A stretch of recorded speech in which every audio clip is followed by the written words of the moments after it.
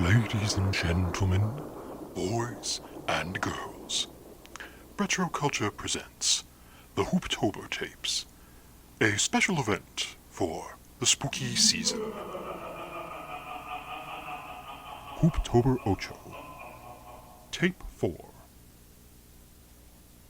Alright, hello everybody, and welcome to the much anticipated Retro Culture finale of the Hoop-Tober tapes. I am your spookiest of hosts, Brett, the voice without body, and I have collected from the graveyard of cinema lovers all around a very particular compatriot to join me on this final path of ours, trekking alongside these horrors of ours. Introduce yourself, oh ghoul. I am the warrior of the wastes, ty-staley, back again from the dead to resurrect some spooky vibes into your life. Ah, hell yeah. Very glad to be joining you here, Brett. Yeah, it's been too long coming, and by that I mean 2 weeks exactly, but,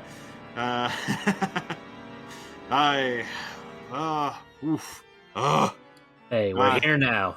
We are here, and we've got quite the selection of films to get through. Just a big old pile of stuff to talk about. So, those of you just joining in, that's your own fault. I detailed what Hoop-Tober is at the very first episode of the Hoop-Tober tapes back at the end of September. So, well, you can figure it out sooner or later. Just click through the links and read through. But anyway, me and Tyler together, let me see here. Oh, don't tell me it's going to be the 13 horror movies of Hoop-Tober. Nope. Together we watched 14, apparently. Ah, so close. Yeah, I believe it's 14. Yeah, because we got JD's Revenge, Skull, Ghosts of Mars. Yeah, and then Ghostwatch and Dark Knight. So yeah, we only managed to watch 14 together. However, that still is an ample number. And plus, on your own, you watched, I believe, about 6 or 7 others that we'll be getting to. So yeah, roughly 20, 21 films we'll be discussing. I will join in for some of them. Some of them you'll be left all alone, walking the path to Silent Hill, as usual. Perfect. We'll just hop right in and say, yeah, we started Hoop-Tober right on schedule. I hit you up on the 15th and hey, it's spooky season. You want to watch some stuff? And you know me, I'm always eager for an early start to the spooky season. And so I just piled on over to your place, and the first thing we decided to watch together was a little Korean folk horror joint called The-Wailing. This is the 2016 film directed by Na Hong-jin and starring Kwak Do-wan, Hwang Junbin, Chun Woo-hee, and Jun Kurimura, amongst many others who I am not nearly authorized enough to try and pronounce their names. So, I was gonna say, you gave it a better attempt than I probably would have. That's why I'm leaving the cast of Kung Fu Zombie to you. Because I'm like, you know Chinese, you know how to pronounce those names. So get that ready so you can attempt to pronounce those names properly. Oh, great. Hell, when I just discussed Song at Midnight, I went deep trying to research, okay, how do I pronounce the Chinese name for Song at Midnight? Now, I was tempted to hit you up, but I was like, fuck it, the internet can help me. So yeah, best of luck. Yeah, but The-Wailing. Would you like to give a synopsis for this film, or do you want me to dive in first? I can give it a shot. Yeah, give us a brief synopsis of The-Wailing. Basically, let me see if I can recall not the specifics, but the general overview of what we have in this film here. We're set in a village in Korea where there's some strange things starting to happen around the community. There's, I believe, symptoms of a plague that are hitting homes and people are dying from mysterious causes. And then this particular brand of plague manages to strike one of the homes of a certain police officer slash detective. I forget if he's a private. I believe he's just eye, police. just a police officer whose family starts to be affected by this strange plague, and so though they try, as you would do in most of these supernatural flicks, as many traditional medical and scientific means as possible to try and curb this disease, unfortunately nothing seems to be working, and so one of the elders in the family has already just jumped on it and is like, you don't know what you're doing. I'm calling a shaman because this is not normal. And in the midst of all this, there is investigation that he himself is going into for murders and disappearances in the area that all seem to be kind of surrounding a select few people who he frequently sees. One of whom, which unfortunately delves into one of the darker tones of this film, which is just inter-Asian racism. Because in this Korean village, there is a Japanese outsider who is like, he's that weird foreigner who's talked about among the community as like, oh, he's from Japan, he's not one of us. And rumored of things like he does weird rituals and lives far away from everyone else. And I've heard like weird things. And one guy claims to have seen him eating a freaking deer carcass on the side of a hill. And it's all these rumors and hearsay, along with a impending plague and supernatural happenings that all culminates in this big whodunit that is honestly resulted in one of the movies that I am so disappointed I slept on for so long.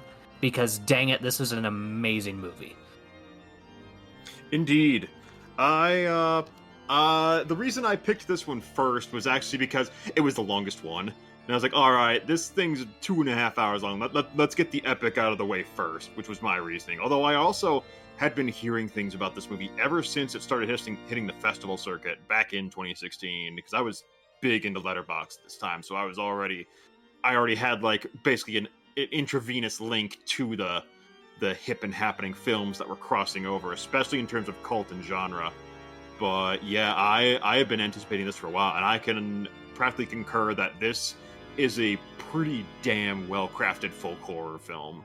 Just the immediate, like, a great way to set up. One of the best things about watching horror films is that most of them really kick off with a good heaping helping of dread, and this one easily kicks off with stuff resembling that, from that first home they're investigating up through that first interaction with the Japanese outsider, where it becomes evident later on, like, can we trust that this is actually what we saw? Because it was practically portrayed as this is this guy retelling the story. It's like, well, he could have been wrong. So this entire thing is placing a lot of doubt on a lot of passersby. And we also failed to mention there is also a mysterious woman walking around as well, who also has questions being tossed about her, because no one else can seem to see her except for the policeman, for the most part. She wasn't walking around at first so much as chucking rocks at the police officer repeatedly. Stop that. Hey, don't make me come over there. I'm a police officer. I'll arrest you. Stop it. But yeah, this movie is a great combination of this quality slow burn folk horror with those little bits of oddball humor that I've come to expect from a lot of Korean cinema, be it the work of Bong Joon-ho in particular really emphasizes some of the deadpan absurdism of the stories he tells, be it The Host, be it Parasite, be it Snowpiercer. And the-wailing very much continues in that trend. I haven't seen nearly enough Korean cinema to claim, oh, this is just what all Korean cinema is like. This is the stuff that seems to get exported the most. I need to seek out a lot more K-drama and standard stuff, because most of the stuff I've taken part in is mostly cult and genre.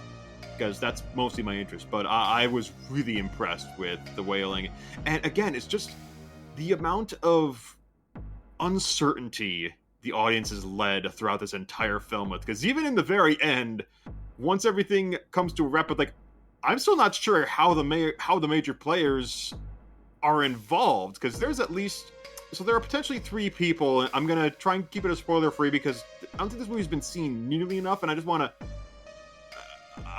keep it like the movie has to be old enough before DVDs before we can consider getting into spoiler territory, in my opinion. Yeah, that's fair. Otherwise, people might not have caught it, unless, because I don't think we're gonna have any trouble talking about Kung Fu Zombie and all that insanity in a couple minutes. But yeah, there are, it's, keeping it spoiler free as possible, there are 3 particular entities at work in terms of how this thing wraps up, and at least one of them, I really can't tell where they stand. I'm not sure if they are actively oppressive, or if they are, perhaps, if their hands are tied and they can only help so much. Because the police officer is basically given a few hoops to jump through in folklore fashion. Like, if you want to solve this, you have to follow exactly what I say, and you can't be sure whether or not they're pulling his leg or not. I'll say, jumping off of just the parallels you brought up in terms of like Korean cinema as a whole, the immediate parallel that I drew was to Parasite, and I found that, like Parasite, there's not really too many characters that are necessarily likable throughout this movie, and yet they're so human that you can't necessarily, hate them. Like, you see where they're coming from, and you recognize that they're making poor decisions, just like most everyone in Parasite. But at the same time, you can't help but sympathize with some of those situations that they find themselves in. It's just this, and I don't know if this is going to be a common thread among Korean media, which, like, hey, if it is, that'll be interesting. I'd like to delve into more of it. But just that finding that these characters are so well-rounded with traits that make them both detestable and also relatable. It's just a very well-rounded script, very well-rounded cast of characters, and honestly, that's what makes this worth watching, and also kind of what helped cut down on the runtime for me a little bit, because you said this was the longest, but I don't think it felt like the longest among what we watched, because it moves along at a very, very deliberate and very deliberate and very well-edited pace.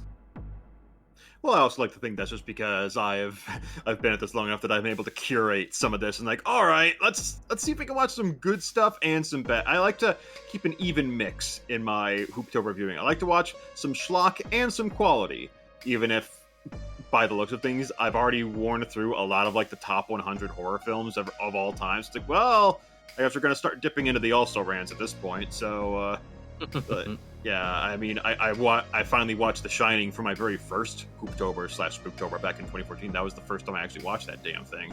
So yeah, I've already gone through a lot of the most lauded stuff, but there is still some, and luckily these things are still coming out. So there is still chances for high quality horror to keep coming out and perhaps topping things. But yeah, I also second the recommendation of the-wailing. I think if you can find it, this thing is streaming everywhere. You can find it on Tubi, you can find it on Shudder, you can find it on the Plex service, you can find it I'll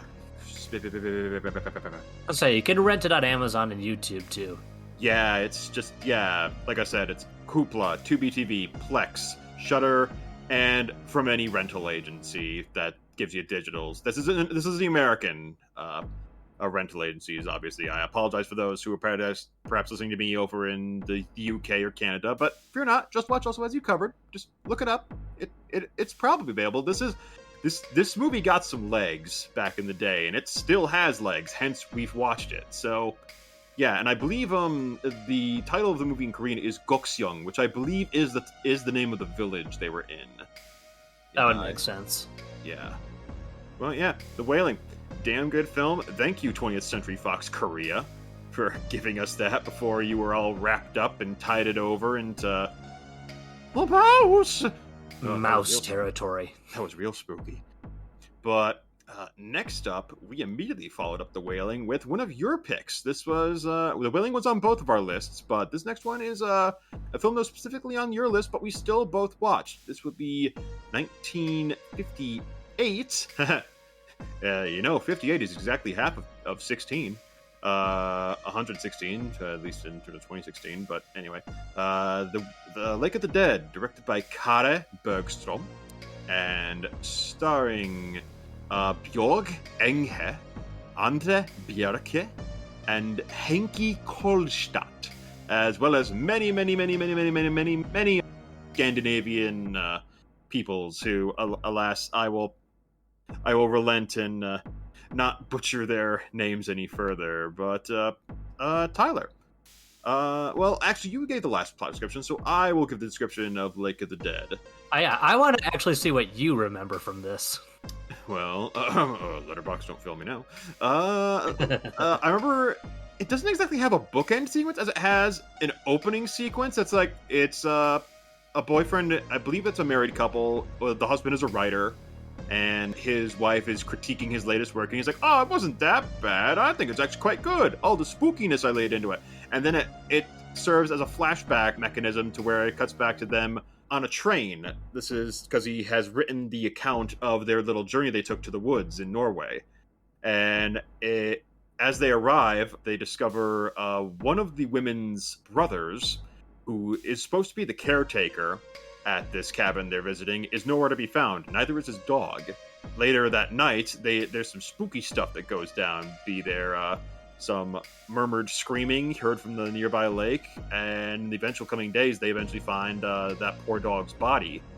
And there's all sorts of like urban legends springing about, like, oh, there was this criminal who escaped, and perhaps he is wandering the lake to this day, and maybe he got your brother, dear Miss Lady Smith. And it just becomes this little chamber drama about these group of friends just holed up in this cabin in the woods. It almost sounds like Norwegian Evil Dead, but it's not that camp. It's much more very staid, very, since it is a Scandinavian drama, it's very Bergman-esque. It feels very much like, oh, this is just a drama from Scandinavia that just happens to be slightly spooky. For the most part, this movie is it's a bit dry, but it's also real short. This movie only clocks in at 76 minutes. So, Tyler, since this was attached to your pick, and you had to hunt the copy down, what did you think of Lake of the Dead, Der Todestjerne? For me, it struck me as a fairly standard 1950s horror movie, in that, like, you had some slightly dark, spooky imagery, and a whole lot of talking heads most of the time. A lot of day for night shots. It's like, oh yeah, this is totally shot at night, guys. A whole lot of day for night. But a whole lot of, like, you see, when I put her under a hypnotic trance, she does not realize who or what, like. Oh yeah, I forgot that there's a hypnotist at this cabin as well, just to add another wrinkle to this bloody bedsheet we have to fold. I'm a hypnotist who is also a shrink for two of the people in this plot. And I might also be under suspect of hypnotizing everyone in this group. And it's just like, this over-explanation, which is just so common of, like, the classic horror movies, because they're so afraid that someone won't understand what's going on. We have to make sure even the most common of viewers will be able to leave this understanding what the heck happened. But apart from those sequences, which, to their credit, do add a little bit of suspense in terms of inter-character tension and drama at some points, to their credit, we also, apart from those, have some pretty interesting, like, psychedelic horror sequences. I won't even call them horror sequences, just creeper sequences, spooky sequences. Suspense, tension, yeah. Like, there's... the lightest of suspense. Yeah, exactly. The whitest of suspense. Yeah, pretty much everyone's white. Where... like, we have our proxy character staring out into the lake, and then it fades into this vortex of water kind of seeming to draw him in kind of deal. And it's like, ooh, half and half. Though there was this one actually well-executed kind of jump scare that they did, which involved, like, I thought I saw someone in the dark, which was only illuminated by a sudden thunderclap thanks to a storm that was happening outside. Like, for the part of this movie, that was probably the closest to a slasher that the entire movie has ever come to. Like, reminiscent of what we've seen in, like, bigger ones like Friday the 13th or Halloween or things like that. That was the closest to classic slasher horror I think I've seen in one of these movies. So, for that, even for that brief little sequence that stood out, I have to give it props. But, yeah, overall, not necessarily very thrilling, just kind of a bit, like, a little somber, and, well, I will admit it gets kind of creepy just after context is revealed for everything, not for any spooky reason, but just for kind of like, ew, really? Yeah, for the part of, like, the tension and build-up leading up to that point, this is definitely a solid flick that I would recommend checking out for a decent, for that classic black and white talking head horror flick itch that you need scratched. I think this is a good one to choose. Yeah, on the sliding scale of Scandinavian spook films, it's not as nearly as interesting as something like Ingmar Bergman's Argtimen or Hour of the Wolf, which is probably the closest thing to a horror film Ingmar Bergman ever made, but I absolutely adore it, and I think you would adore it too. But yeah, it's very much, it goes in more distinctly and solidly psychedelic areas than even Lake of the Dead have really touched on. Like, it deals a lot with nightmare dream logic. So, but yeah, it's not a bad film. It's more like it's a bit dry for what we want out of our specific tastes in spook fests. And I will say, it's not even a spoiler to say this. Like, the title is Lake of the Dead, but hardly any of the focus is on the lake at all. It just happens to be around the lake. And, like, there's a lake, and there might be dead people. Who knows? And they keep trying to pan over to, like, ooh, spooky Black Lake. It's just like, it's just a lake. It's there. Like, this isn't scary. It's a body of water. Ooh, pretty skin. The countryside. And these are city folk. They're not well adjusted. Ooh. Lake of the Dead, Lake of the White Bread. All right, but we did not stop there. No, sir. We piled on for Hoop-Tober's sake with the 1981 film Kung Fu Zombie, directed by, I believe, Yi Jung-hwa, and starring Billy Chung, Chiang Tao, Kwon Young-moon, I believe that's a Korean name, and Pak Shalik. I believe that might also be farther east than China. But anyway, Tyler, you mind delving into what happened in Kung Fu Zombie? Oh, geez, where do I begin? We got a monk for hire, pretty much, demonstrating his ability to resurrect the dead for a bunch of thugs, who are themselves kung fu. Well, one of them is kung fu trained. The other two Chinese Biff Tannen. Yeah, the other two are just kind of there. And he does so, like, we've got some genuine Chinese hopping zombies around in this flick. But the reason they're being resurrected is so they can set a trap for this one guy's kung fu dojo rival, who he's going to invite out for a midnight grudge match and, like, try and prove his kung fu superiority, which he does. He shows up. Yep.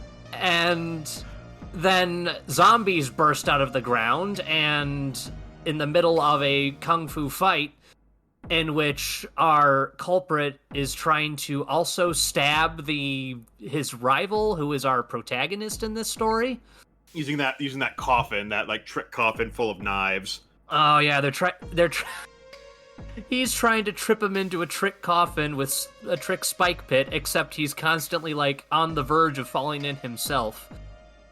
For this movie, the slapstick of it is actually pretty hilarious, just all throughout. And, of course, he fails in miserable comedic fashion and becomes a ghost. Because that's what you do in the Chinese horror movies when you die and have unfinished business. You become a ghost. And he is so absolutely appalled at the state of his own body afterward, because knives. And this is like, I need a new body, and you, monk, you're gonna find one for me. And followed up by the classic line, "Oh, resurrection is hard." No, reincarnation is hard. Yeah, pretty much. In the dub we watched on Tubi. Oh gosh, I love how bad the dub was. It was just so stupid. But we move into this entire A plot and B plot. The A plot being the protagonist whose life was attempted to be ended by Spike Pit earlier. I disagree. I think the villains are the A plot and the hero is the B plot by far. No. Like, yes, that is the switcheroo that is pulled while we're watching, is we think that the villains are more of an A plot than the actual A plot. But sadly, the A plot they want to be A plot is the Kung Fu Jr. and the conflict he has with his father, the head of the dojo. And just constantly trying to, be the chillax kid who goes out, parties on the streets at night. And, covers himself with water. Oh, constantly, because he needs his daily quota of water, otherwise he dries up. Just the constant on and off, is his father dead, is his father not dead for a while? For some reason. Meanwhile, in the actual A-plot that we want to see happen, we have the comedic stylings of the now deceased ghost trying to find a new body, and the monk who's trying to find the body for him and deposit his soul into said corpse, only for them to come across an ideal candidate who, upon resurrection, turns out to be this incredibly evil individual whose soul returns to its own body and has its own vendetta of vengeance against the head of the dojo that our main character is the child prodigy of. It kind of turns into Chinese JoJo, actually, now that I think about it. A little bit. This is like a whole conflated conglomerate of different characters wanting different things and constantly almost at each other's throats trying to make whatever they want to happen. But yeah, because the bad guy has a vendetta against the family of Billy Chong. So he's kind of like Dio in that. Plus, he is so goddamn evil that even when he initially dies, he immediately resurrects as a vampire. Immediately! It's like, whoa! No ritualistic spell or anything to make that happen. He just, poof, is vampire. It's like, wow! Shit, that's evil! And then we have our monk who's just trying to get away from it all by wearing a leaf hat. Which, yes. Because if you wear palm leaves over your head, you're invisible to evil. Ghosts. Ghosts? Spirits, yeah. Also, and ghosts can't swim in this universe, which I found hilarious. Which, at first you think, oh, he's just not going to recognize him because the palm leaves are too big. No, he's genuinely invisible to the ghost and spectral characters in this movie. As in, they go in and, green screen him out of the scene and cut the scene just as he's about to be nabbed and as he puts on the palm leaf hat. Yet he is still visible to the everyday person in the places he goes to. So there's this constant back and forth between cutting between what the ghosts see and what the average person sees, which is a monk running around with a palm leaf hat trying to avoid things that the people at these locations can't see. It's it's trying to tell a commoner what a stand battle looks like mid-stand battle. That's what. Now that I think about this, is just Chinese JoJo in its own bizarre way. Yeah, it's a separate bizarre adventure in the separate copyright-free universe of Kung Fu Zombie, because we haven't even gotten into the other two mooks that are in there. Who's like, one of them decides to realizes that he won't get caught by the ghost if he goes and joins the priests. But the problem is, he goes to the temple, yeah, because it's sacred ground. He loses pants halfway there, and he still dives over the threshold, and the ghost like, oh God, no! But he gets kicked out because he craves dog meat, and he kills a dog to make some meat, and he's immediately cast out you know it's against the rules, right? I'm sorry, it looks so delicious. Like, oh, really? I can't remember what the other guy. He had to go to jail. The other guy had to go to jail in order to avoid the ghost, because he kept trying to sexually harass the Billy Chung's girlfriend. Oh my God! Yeah, it's like, no, please arrest me. I'm a horrible pervert. No, you don't understand. I absolutely want to assault this woman. You need to arrest me right now. I'm a terrible criminal. It's equal parts Mr. Vampire and JoJo's Bizarre Adventure. It's, yeah, and you know me. I love me some Mr. Vampire, and I already love JoJo. So this was just like an absolutely mad romp with wet main character all the time. His one superpower, he covers himself in water. He's like Popeye, but lame. It helps my kung fu. It's like, oh my gosh. Like, any of you who want like a good comedic romp that has some zombies and vampires and ghosts in there, because apparently every Chinese horror movie has to have all three. This is an absolute, like, it's an absolute hoot. I had a great time watching it. Oh, don't forget, I mentioned earlier, the absence of copyright in this universe. Whenever the titular Kung Fu zombie shows up, the Roger Moore era James Bond theme kicks in for a couple of bars. Like, what the hell? And the movie ends with music lifted from Exorcist 2, The Heretic. I wonder if the villain's around. Da-na-da, da-na-da, da-na-da-na-na. Yep, there he is. Yeah, wow, look at him go.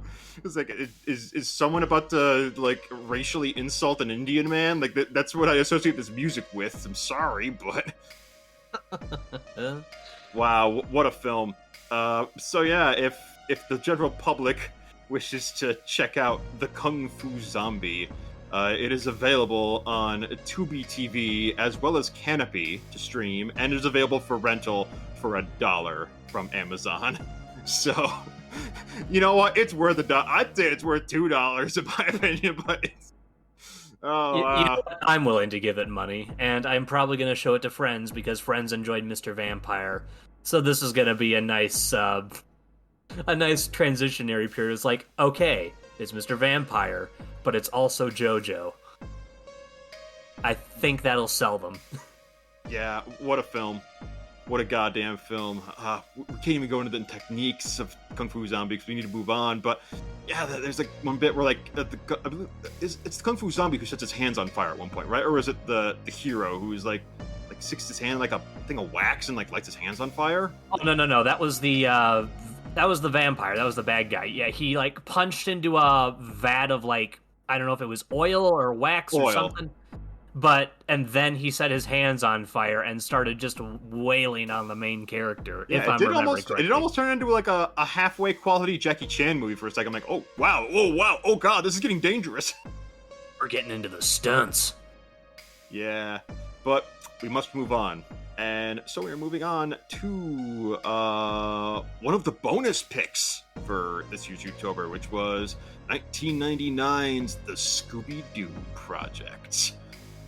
Directed by the trio of Casper Kelly, Steve Patrick, and Larry Morris, and featuring the vocal talents of Frank Welker, Mary Kay Bergman, Scott Ines, and B.J. Ward.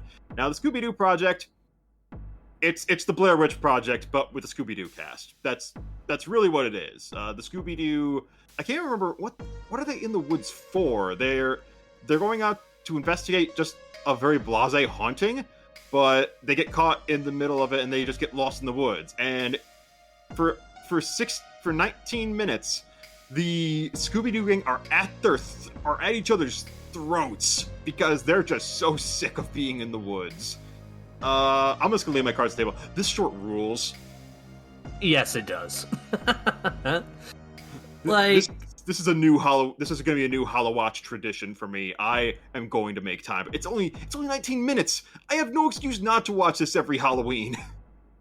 I mean, why wouldn't you? It's like the perfect blend of like the child-friendly Scooby Doo spooks and like slight mentions of actual horror through the Blair Witch Project. It's that perfect fun Halloween combo. Yeah, it's I really appreciate how much Cartoon Network really loved their relationship with the Hanna-Barbera catalog, because while they use them as a butt of a lot of jokes, especially in their bumper material and their meta material, but with the Scooby-Doo, they really carried a lot of respect for it. And just the way this thing is put together, because this short, it is the Blair Witch Project meets Scooby-Doo, but here's the thing, it's Roger Rabbit, because the gang is interacting in a live-action environment. Like, they are flat 2D characters operating on a 3D plane. So I was really impressed with what the layout artists did with that. Like, it looked real good. And they didn't do anything like Simpsons 1999 did with like, oh, we're gonna put Homer Simpson in a 3D environment. We're gonna make a 3D Homer Simpson model. No, they skipped right around that, and it looks great. Oh yeah, like there was just a whole period of time back with Cartoon Network where they had like moments. I think for the most part they were like kind of going like quote unquote behind the scenes a lot and playing up the whole, Hollywood set part of everything and having like, the cartoon characters walking around from set to set and like people wielding like big old cartoonish props around. Like you'd see one of Dexter's big old lasers or something being rolled around and it looks just as cartoony as anything else, except like someone actually built the thing. And like he'll be running into Yogi Bear on his way to some like outdoor set or shoot. Like it was just this whole conglomeration of like live action sets and 2D cartoon characters that I just absolutely adored. Whether it be for just like brief interactions between characters in different series that wouldn't normally see each other. Like we had Professor Utonium interacting with Number One from Kids Next Door sometimes. Or Mandy from Grim Adventures of Billy and Mandy. This whole plethora of stuff that they used to make like this. But as far as this one goes, I just appreciated how, like as you said, self-aware and how willing they were to just joke with their own material. But man, like you said, they go at each other's throats. I think some of them let out like had cleared the air a little bit by the end there. Like saying some stuff that was always on each other's minds, but just never had the like emotional grounding to say at any point. Like the line that stuck out in my mind was Daphne and Velma are going back and forth, and Daphne's been walking around forever, and she's just like, "I need a break, my feet hurt." And Velma snaps at her like, "Well, is it our fault you wore high heels on a hiking trip?" And Daphne strikes back, "At least I try to look feminine." And then just silence. Silence. Ooh, I think that drew blood. It did. I'm sitting there going like, "Ow, Daphne." how long? Girl, why you gotta be so mean? How long have you been holding on to that little nugget?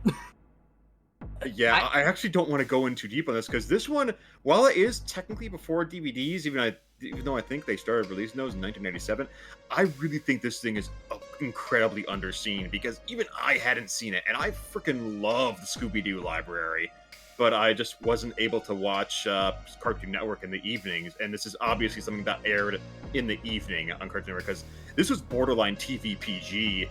It just the interactions the gang was in, like, oh wow, yeah, this isn't typical Scooby Doo. They had like their little bits of like regular Scooby Doo jokes and stuff in there, but it was interlaced. It was staggered as compared to just consistently across the board. Well, yeah, and the tone they're going for too. It's a bit harder. There's a bit more of an edge to this particular incarnation of the gang.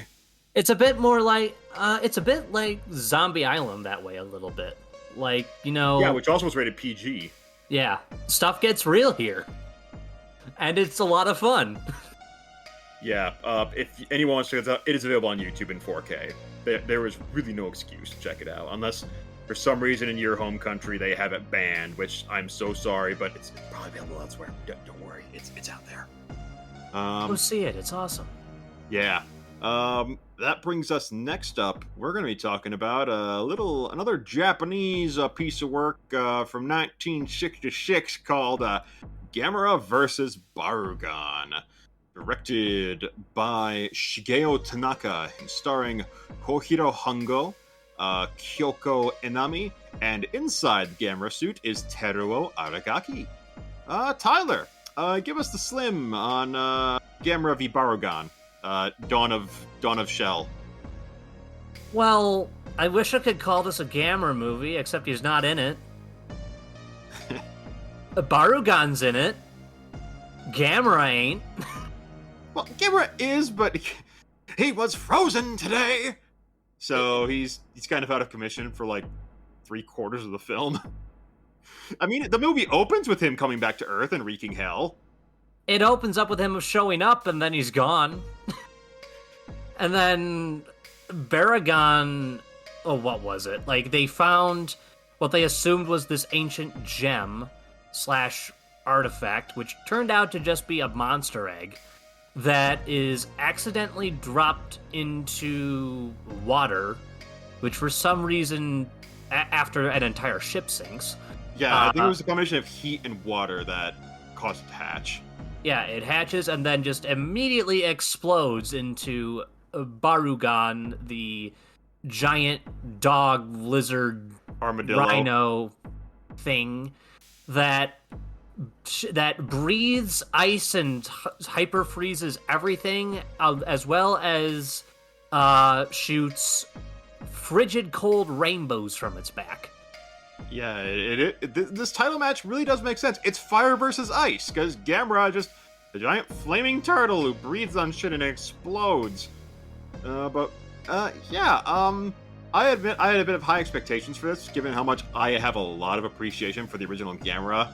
However much it is a cheap Godzilla knockoff, but I really love just the nuttiness they just dived headlong into with the initial Gamera movie, especially it's a flying turtle shell that belches flame.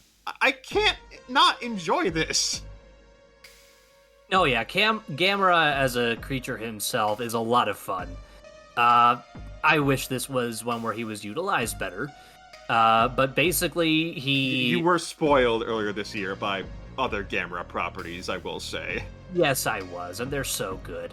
But, yeah, Gamera kind of appears once and then flies into Ice Rainbow and is down for the count until the very end of the movie, when he appears again and just absolutely wrecks Barugan. Yeah, and then we got that stupid human plot about evil treasure hunters, like, it's all mine! Treasure's mine! I'm gonna hijack this military vessel, which is clearly trying to fight Barugan and kidnap everything. It's like, what are you doing? Yeah, this is another one where they tried to, like, a lot of Godzilla fare before it. Well, I don't know if maybe before it or even after or during, I don't know. But a lot of Godzilla fare where the people they try to make the people the center point of the plot, and unfortunately the plot they have is not very interesting. Or it just doesn't make very much sense whatsoever. Yeah. Well, maybe next Gamera movie will be an excellent one. We did watch the Mystery Science Theater version of this, and I actually was pleasantly surprised by some of the jokes they made. It was pretty okay. Oh no, yeah, like they were probably the reason that I was able to watch this through in its entirety. I don't know if I could have gotten through this on human plot alone, because that's what this movie is. But well, there is some Barugan. There is some Barugan sprinkled in at a liberal amount. So him and his icy rainbows. Damn you! Damn you, Icy Armadillo! That sounds like a Metal Gear Solid nickname. Or one of the names the agents in Hellsing Abridged. This is Sticky Sock, calling Icy Armadillo. The Crimson Fucker has checked in. Yep, yes he has.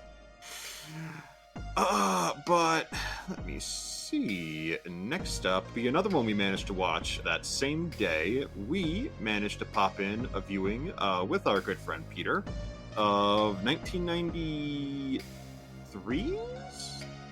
I believe it was 1993's Body-Snatchers. Yeah, that one was 93. Directed by Abel Ferrara, starring Gabriel Anwar, Terry Kinney, Meg Tilly, Billy Wirth, Arlie Ermey, and a special appearance by one Mr. Forrest Whitaker. Now, Body Snatchers is a Body Snatchers movie. If you've seen one of the movies with Body Snatchers in the title, you've seen the basic outline, but this one adds a few more wrinkles to it. This takes place on a military base in the Deep South, I believe right around the bayous, because there's a lot of wetland surrounding this area. And it focuses on a family which has moved into this military base to focus on the father figure is monitoring ecological waste that is going on.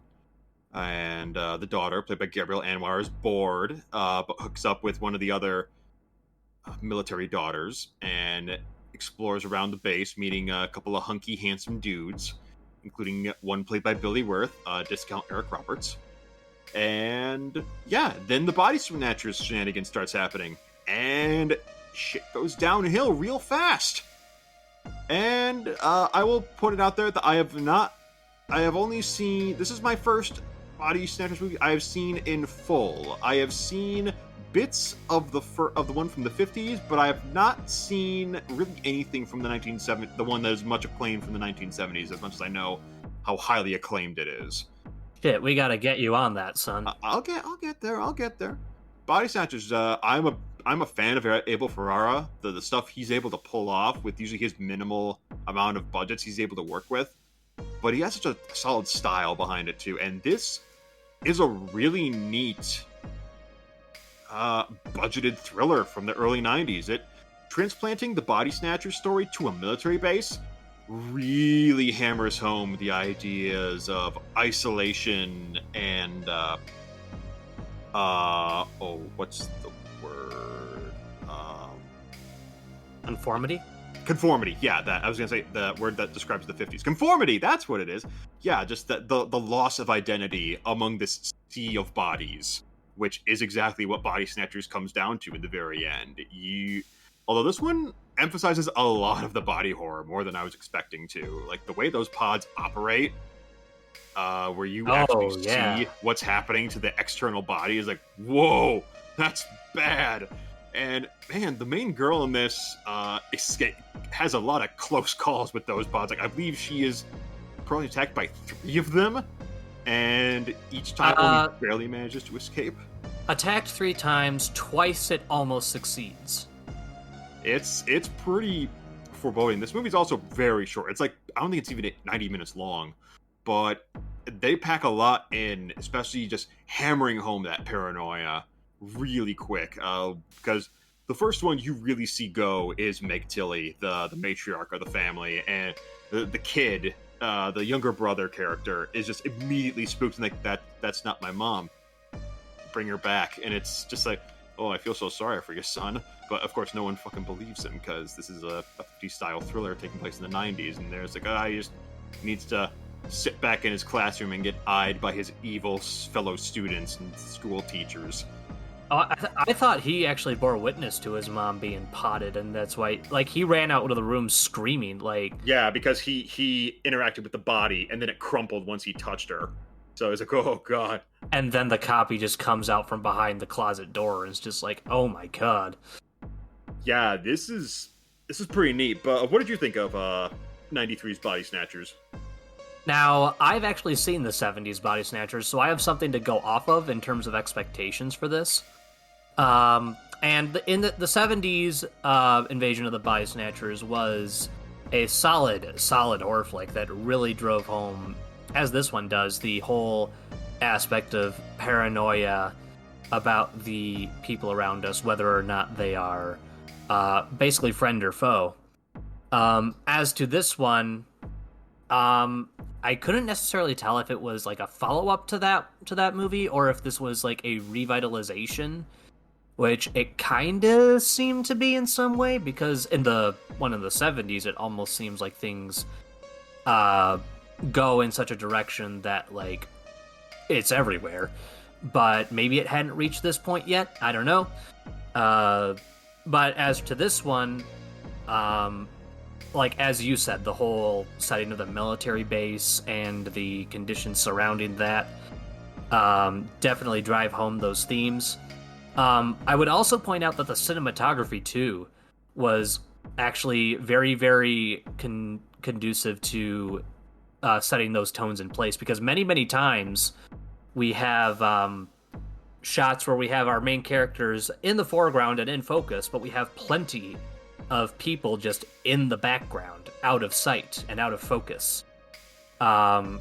Like, there was one scene where I think the dad was out at, like, a site testing some water, and one of the commanders comes over just to check on his work, and we're seeing a shot over the commander's shoulder with his troops just staying on the hillside, blurred out in the background, and then we cut to the reverse shot focused on the dad, and the shadows of those same military personnel are cast behind him. Yeah, I believe that's the medical officer. That's the character that Forrest Whitaker plays. Yeah, and it subtly hints at that idea of, like, you know, they're not physically surrounded at that point, but in frame, at least, they are both surrounded by shadows of people that once were, or people who are not necessarily wholly defined as people. It's little touches like that like really both subtly drive at those themes of just this, like, lurking evil within the mob that is the pod people, and it eventually all comes to a head. And I have to tell you, when this movie decides to ramp things up, it really ramps things up. Because, surprisingly enough, I completely forgot about the motif of the pod people and the scream that they do when they have sighted someone who is not one of them. Up until the point when the first scream is used in the movie, and oh my lord, is that shot used well. And not to mention the sound design on that. It was actually, I think I felt myself, like, tense up as the scream happened. And it was just, like, so unsettling and inhuman, and I knew exactly what was coming because of it. And from there, it's just like an absolute race to try and survive and get out still human. This was probably one of the most pleasant surprises as far as my Hoop-Tober listings went. Because, like, there are revitalizations of horror that happen all the time, and usually they don't tend to be too impressive. I was truly glad to see something like this take the source material not only seriously, but also breathe some new life into it in the era that it's set in, which is very, very tough to do with a whole lot of different horror properties, but this one did it very, very well, and I think it may be one of my favorites from this Hoop-Tober season. I'm glad to provide, and this was another one that was on both of our lists. So, this was one from your birth year. That particular one. This was one of the movies that covered my birth year criteria. Yeah. Yeah, because we already covered one of the folk horrors. Kung Fu Zombie was from the year 1981, which was a four-parter for all of us. And Gamera v. Baragon was a kaiju film that was not specifically Godzilla versus Kong. But yeah, we're already 6 titles in. We're making good progress. But the next one's going to be all you. Because the next movie that's going to be brought up is the first one you watched all by your lonesome. This would be 1993's Corpse Mania. 1981's Corpse Mania. A fulfillment of a horror movie from a different country or nationality. Okay. As well as the 1981 horror criteria. So I double dipped. God, now I'm trying to figure out what... we'll figure it out later. We'll get to your other birth year one. I'm betting. At least we should. I'll say, you know what my other birth year one is. Oh, now I remember. derp. Yeah. But we'll get to it. But yeah, so tell me about The Mania of Corpses, directed by Kui Chi-hon. Hang on, let me see here. Crew. Oh gosh, they romanized these all weird. Yeah, this is This isn't even pinyin. This is like random English romanization. Starring Tani Tianni, Wang Yun, and Yao Chuiling. Yeah. Sorry, China. That's about as close as I'm gonna get to with the way they spelled these names. All right, but Corpse Mania. Tell me about Corpse Mania, since I did not see this movie. Well, Corpse Mania is a flick that I think wears its influences on its sleeve. Very much a Hammer and Italian horror influence, because we got that bright pink-red paint blood all over the place in this. As well as some horror noir in there, because we got a whole lot of light and shadow interplay throughout most of the compositions in this film. But as to the story itself, we come across this neighborhood within a Chinese city where a man is moving into a building, and he's taking with him this big old piece of luggage that, well, one could say looks like a coffin. But no one, of course, outright says it's a coffin, because it's like he might just have a lot of luggage and such things. But eventually, some neighbors begin complaining, like, oh my gosh, there's this stench coming up from the street here. Like, come over here. Like, if you stand here, it really, really reeks. We need to get the police on this. So they call in the local security, and they have them investigate the building across the street. And it turns out there is the corpse of a missing girl inside this home, just left to rot. And this spurs on an entire investigation into the whereabouts of a certain serial killer / necrophile who was infamous for kidnapping young women, killing them, and then, of course, as a necrophile is wont to do, use and abuse the body afterward. Yeah, exactly. Now, this one didn't necessarily come across as all too frightening. It came across as slightly more disturbing in some regards. There is an entire sequence toward the beginning, which is flashback. This is like the first instance of this guy being caught red-handed, of him sitting with this woman's body and just gently caressing it with this big old fluffy powder mitt.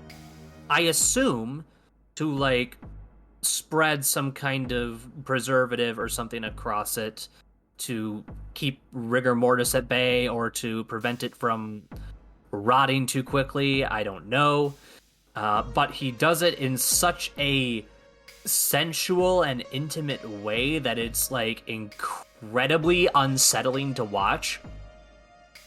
But then they follow this up with this guy going back to try and peek in on him again in the same flashback, and now the body is just absolutely doused in maggots and ringworms, and there's like holes in the skin with worms and beetles and shit crawling out of it.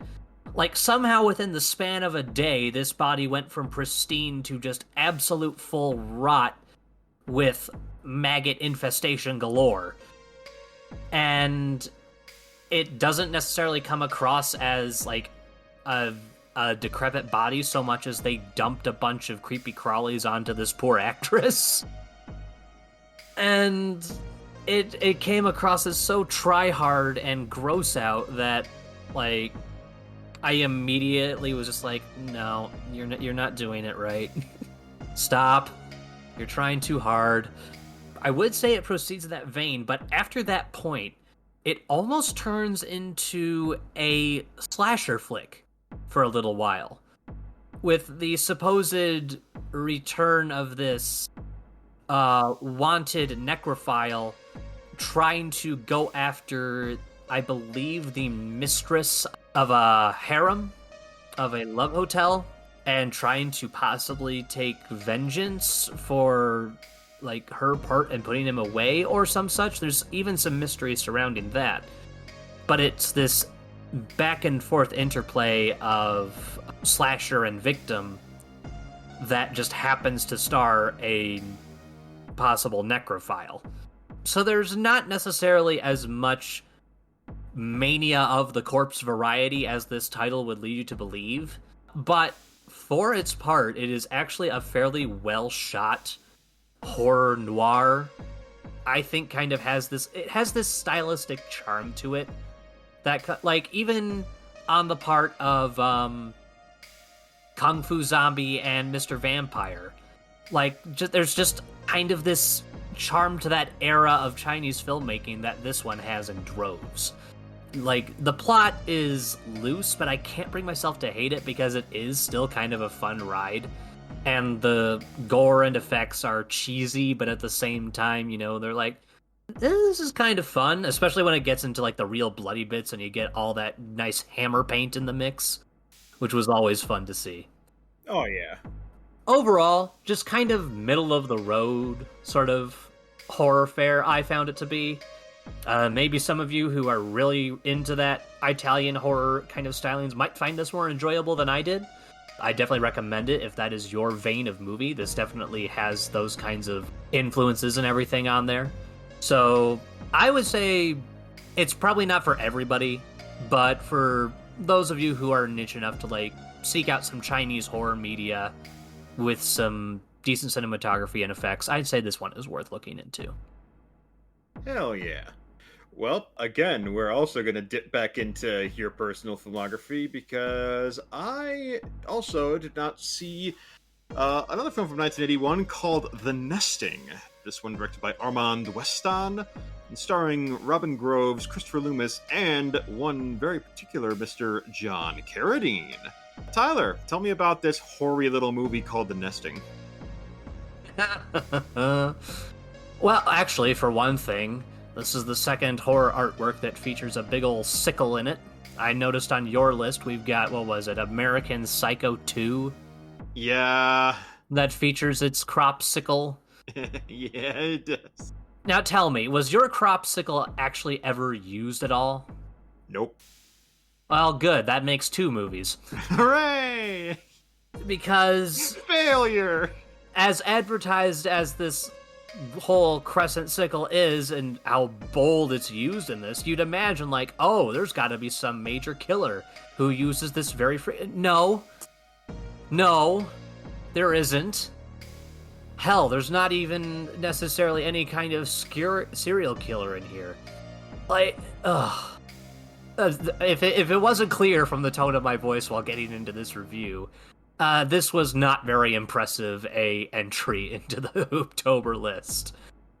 Like, their attempts at scares were either incredibly mediocre and cliche, or they were decisions that were so poorly made on the part of the characters that I was too frustrated with their choice of action to be anywhere near tense or frightened in any regard.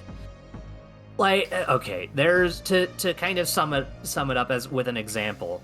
There is a moment where our main character is trying to investigate the supernatural happenings of the house, and in so doing is, I would maybe lured up to the very top of the house and outside onto the parapet of this building, in which she eventually, like, works her way over and is able to brace herself between the chimney and the roof, but is unable to get back in because the windows are stuck.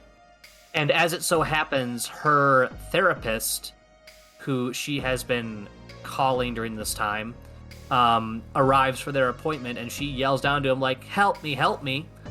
And, okay, What would be your first action if you saw someone stuck up on a roof? I would hope that it's, okay, hang on, I'm going to go find a ladder, or I'm going to call help so we can get a ladder and to get someone to get you down. You're not going anywhere, just sit tight, you'll be fine. But no, the therapist decides, hang on, I'm going to come up there and save you.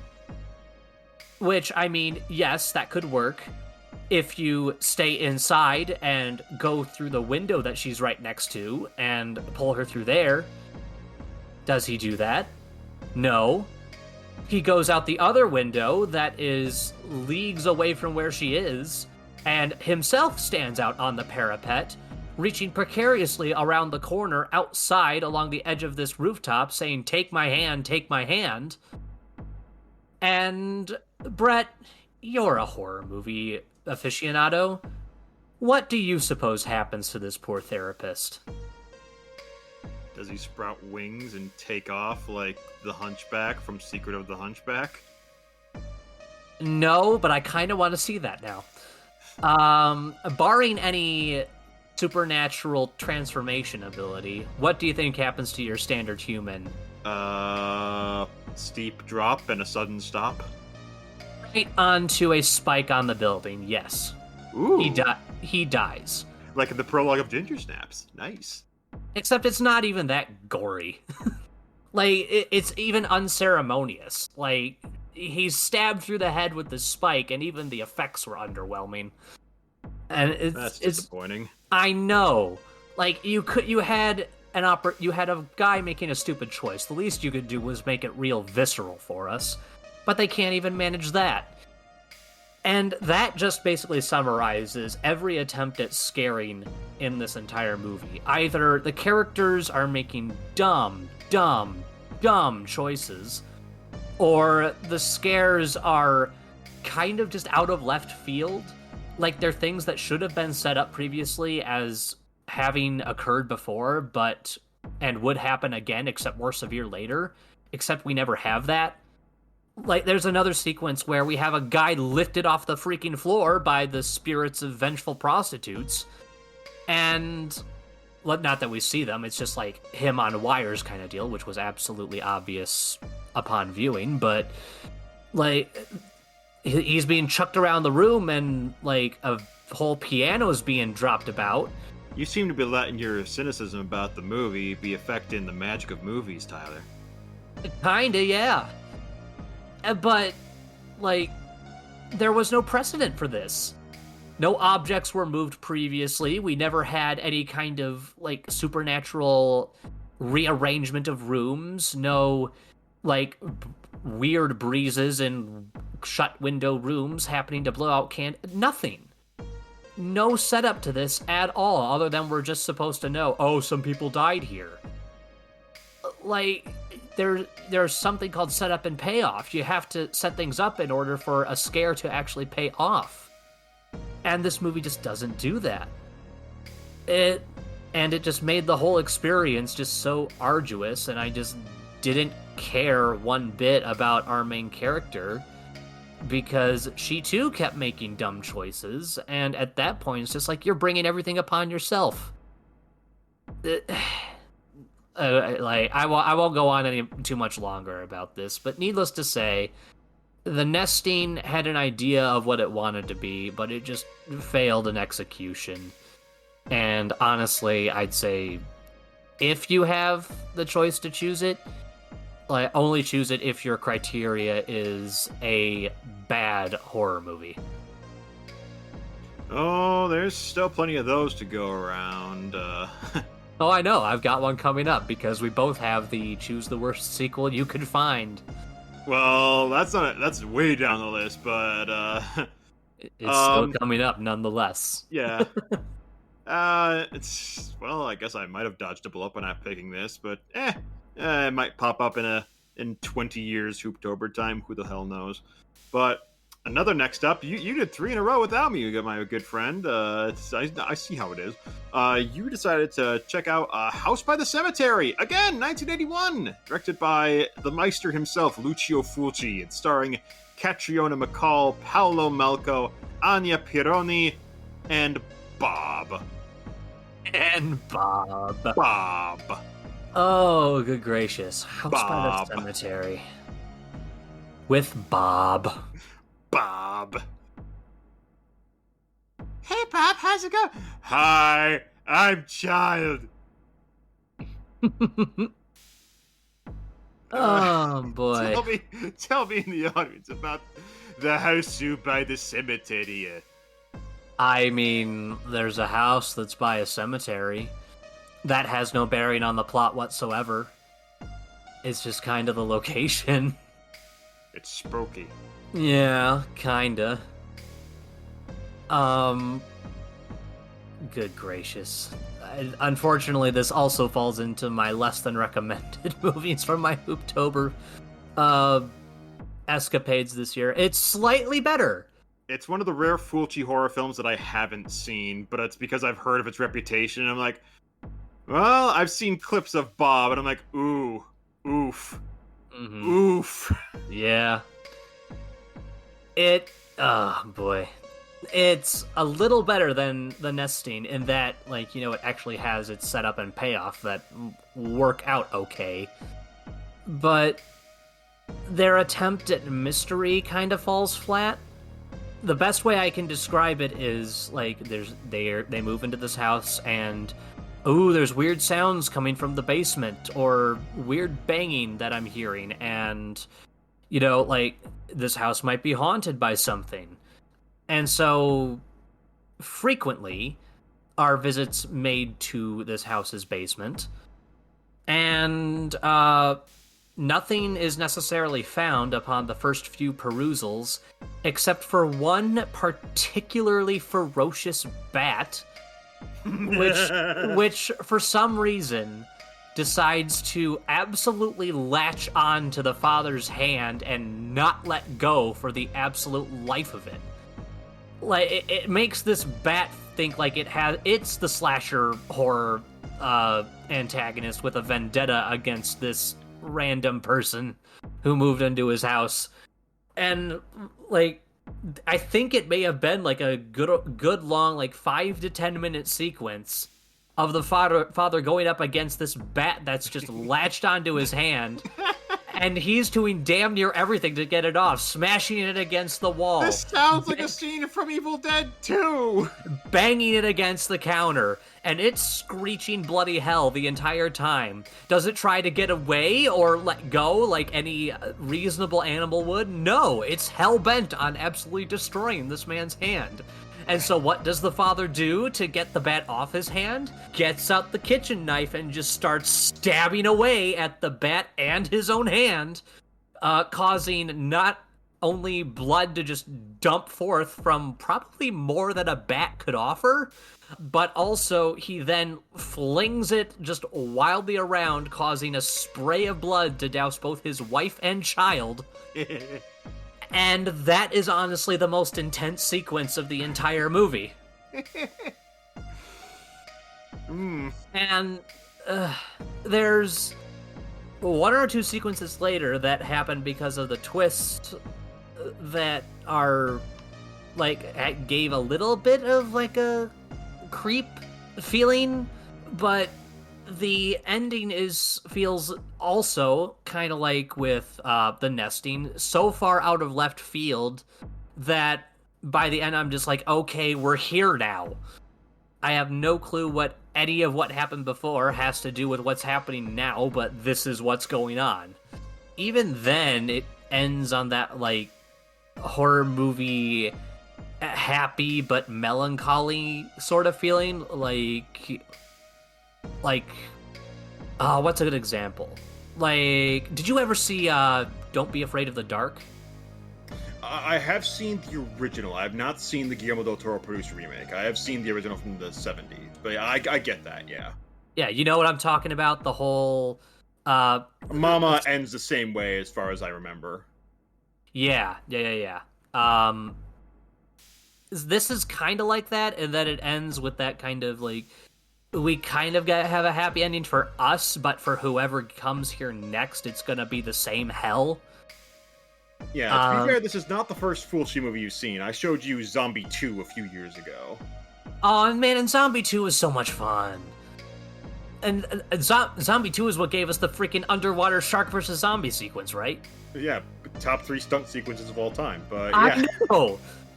Like, compared to that, this is just absolute trash. And not in the good way. Which is a shame, because this is part of the first part of his trilogy. Both him and Carpenter made an Apocalypse trilogy. This is, I believe, part 1 of that Apocalypse trilogy. Because after this, I believe after this comes City of the Living Dead and The Beyond. The Beyond is far superior, and City of the Living Dead is also fun, in my opinion. Oh god, The Beyond is so much more superior than this. Oh, you've seen The Beyond? Hell yeah. Yes, I have. So, like, yeah, this is unfortunately kind of not the best entry on the part of this director, who, like, for his work, I've seen a lot of what he can do, and he does some great stuff. But sadly, this is not one of his better entries, in my humble Hoop-Tober opinion. That's okay. I'll call off the pitchforks and torches for a bit. Yeah, you pimped The Beyond. I'll see about getting you an extension. Yeah, it's some of that good shit. But moving on, we are returning to the land of kaiju to discuss 1966. I want to say it's 66. God damn it! Come on, load. Let me check. 1966 is Ibira, Horror of the Deep, directed by one Mr. Jun Fukuda, and starring Akira Takarada. I believe this was his first of many Godzilla movies to come. Kumi Mizuno, the Peanuts, Yoko and Yoko Bambi as the Shobujin. And inside the suits, we have Haruo Nakajima as Big G and Yu Sekita as Ibira, the titular horror of the deep. And since we've taken some time, I will decide to lay into this one now. Ibira. I was about to say, like, hey Tyler, you want to take on Ibira? Hey Tyler, you want to? No. So this one begins with them swinging music at a dance party, because there are like 3 dudes who are like, hey, we should go sailing. That sounds like a good time, because dancing is too much for me. So they decide to go on a boat and sleep on it, but not take it out. But then they wake up in the morning to discover that somehow the boat has left by itself, and they're also on board with a stowaway, a criminal thief, who's like, oh, what are you guys doing out here? Oh, we're sorry, we didn't mean to get in your boat. My boat? What are you talking about? Soon after, a wretched storm shipwrecks them, of course, on Lecce Island, which is currently being overrun by a terrorist organization controlling Ibira, the horror of the deep, a massive crab kaiju who can be controlled by dehydrated piss? The yellow stuff. The yellow stuff. And while trying to avoid getting captured by these eye patch wearing assholes, the crew, our quartet becomes a quintet when they find a girl. Is a girl. Asp. And they discover inside of a cavernous mountain Godzilla, fast asleep, just sitting there inside the mountain, just like apparently snoozing away. I guess he's recovering from his trip to the moon and beating the shit out of King Ghidorah for like the 4th time. So yeah, I guess he deserves a nap after all that time. But over time, the intrepid adventurers decide that they were going to free the enslaved natives who are from Infant Island, the land of Mothra, of whom they are continuously praying to, while Mothra themselves recovers from, I guess, helping Godzilla beat up King Ghidorah for the 2nd time? Back in, well, no, that was the first time when Ghidorah first showed up, and Ghidorah the 3-headed monster. Yeah, the Air Force comes in, there's a Pteranodon that attempts to assault Godzilla, and then it's time to visit Red Lobster for Big G. And that in and of itself is the description of Ibra Horror of the Deep. Again, a movie we decided to watch riffed via the Mystery Science Theater edition, that was available on archive.org, and we'll get into that in a bit. But Ibira Horley, I have seen this movie. I saw this way back when Garethzilla was on the verge of coming out. I did a whole big binge on all the Showa Godzilla movies, all the way up, and I watched all of them up until like Godzilla 2000, because I believe Space Godzilla came out in 96, 94. I think that's right. Yeah, it was a mid 90s one where it was like it's one of the weakest Godzilla movies I've ever seen, which also had Akira Takarada in it, but he was like after Takashi Shimura started passing on these movies, it was like, hey, we got this guy, he can fill in as our connective tissue, sort of, even though he's playing a different character in every freaking movie. But yeah, Ibira, what did you, sir, think of this? This is one of the few remaining Godzilla movies you hadn't seen yet. God, too much Mothra. Like, for goodness sake, can we calm down on the whole, prayer sequences? Those took up like half the film. No, but as far as... That was sarcasm for you listeners at home who haven't seen this yet. /S, definite sarcasm. I'm surprised you didn't even mention it, but this reeks of, like, wanting to be a Kong movie. Well, I was going to lead into that. Yeah. Go on, sir. Yeah. Like, there's parts of this that just feel like they would have been better suited to Kong fighting against a giant lobster than Big G, who just, for his part, could absolutely devastate everything that he goes up against in here without much issue. No, you don't understand, Tyler. Didn't you remember back in Godzilla 54 when he was eyeing all those bikini beach babes? No. But he does that here. Yes, he does. He just sits and stares at a chick for a while until he falls asleep. And he does the Kris Kringle move of putting a claw up to his nose. It's like, is that supposed to be like, can you keep a secret? What is that? Hold on. I'm gonna shoot up the chimney. Also, how they wake up Godzilla anyway is just so unbelievably weird. Like, they try and redirect lightning from a storm to, like, zap Godzilla awake. Except all they have is, like, this tiny little copper wire that I think, if you were to actually touch it to Godzilla, would just be, like, a small static zap to his, like, his skin. He touched a doorknob after being on carpet all day. Yeah, it would be just like, ow, hey, stop, ow, hey, I'm sleeping, ow, stop it! Like, he's not even, like, supercharged or anything, he's just annoyed. Which, to be fair, he does look rather pissed off for most of this. Yeah, this was also the time when Toho was starting to crack down on some of the special effects budgets, so the Godzilla suit looks, very dog-ish at times. Very, very grumpy.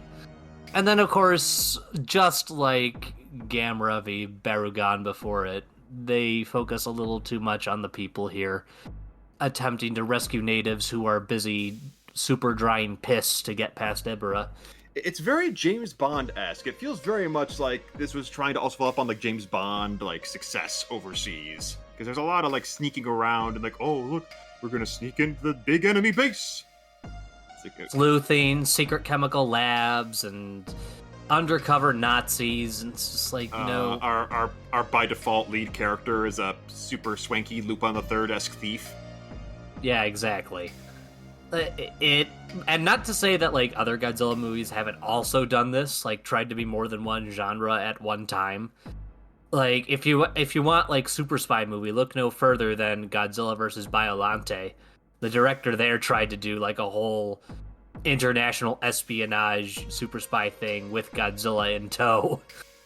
But yeah, they tried to do that, except earlier here, with a 60s era Godzilla film, in which he probably could have just bested the giant lobster at any point in time, but just decided not to, because, dang it, that chick in the bikini is too fine. Yeah. Also, half the fights with Ebra and Godzilla come down to giant rock pong. Yep. Opie, like, slightly reused reversed footage of rocks, of giant foam boulders being thrown back and forth. As in scaling the PNG down so that it looks like it's flying away. Oh boy. Yeah, and once again, thank goodness for MST3K. Though I know you had particular umbrage with Crow's repeated use of the Planet of the Apes joke. Yeah, even they also kind of got... It felt very much like they were running on fumes in some regards of the jokes. It felt like, oh, well, let's make fun of a giant... It felt like they picked the Easter eggs of, oh, we're going to make fun of a giant monster movie, but there wasn't a lot of thought put into these particular jokes, and it's not the worst I've seen from MST3K. There are a couple episodes that I never will return to because I'm like, wow, that was actually a pretty bad joke in terms of like, wow, that was just actively punching down on dead people. No. But personally, I found the commercials were the most entertaining aspect of the entire thing. Honestly, yeah, they were, and I still need to try and give OJ's mom a call because goodness knows I need to know that she can pole vault over that couch still. Oh, you aren't craving Tostitos thin crisps after Chevy Chase did a minor stunt sequence to grab them from that little old lady crossing the street? Man, fuck Chevy Chase. He stole that poor woman's chips. True enough. He's also in the bottom 5 Carpenter movies, but that's beside the point. Yeah, Ibira. It's perfectly fun. It is perfectly fine fun. You don't go in expecting true quality. Go in expecting this is a 60s Godzilla movie by the time that, yeah, this is just kids' matinee fare by this point. This is all it is. It's honestly harmless, like, as far as Godzilla movies go. It's inoffensive and...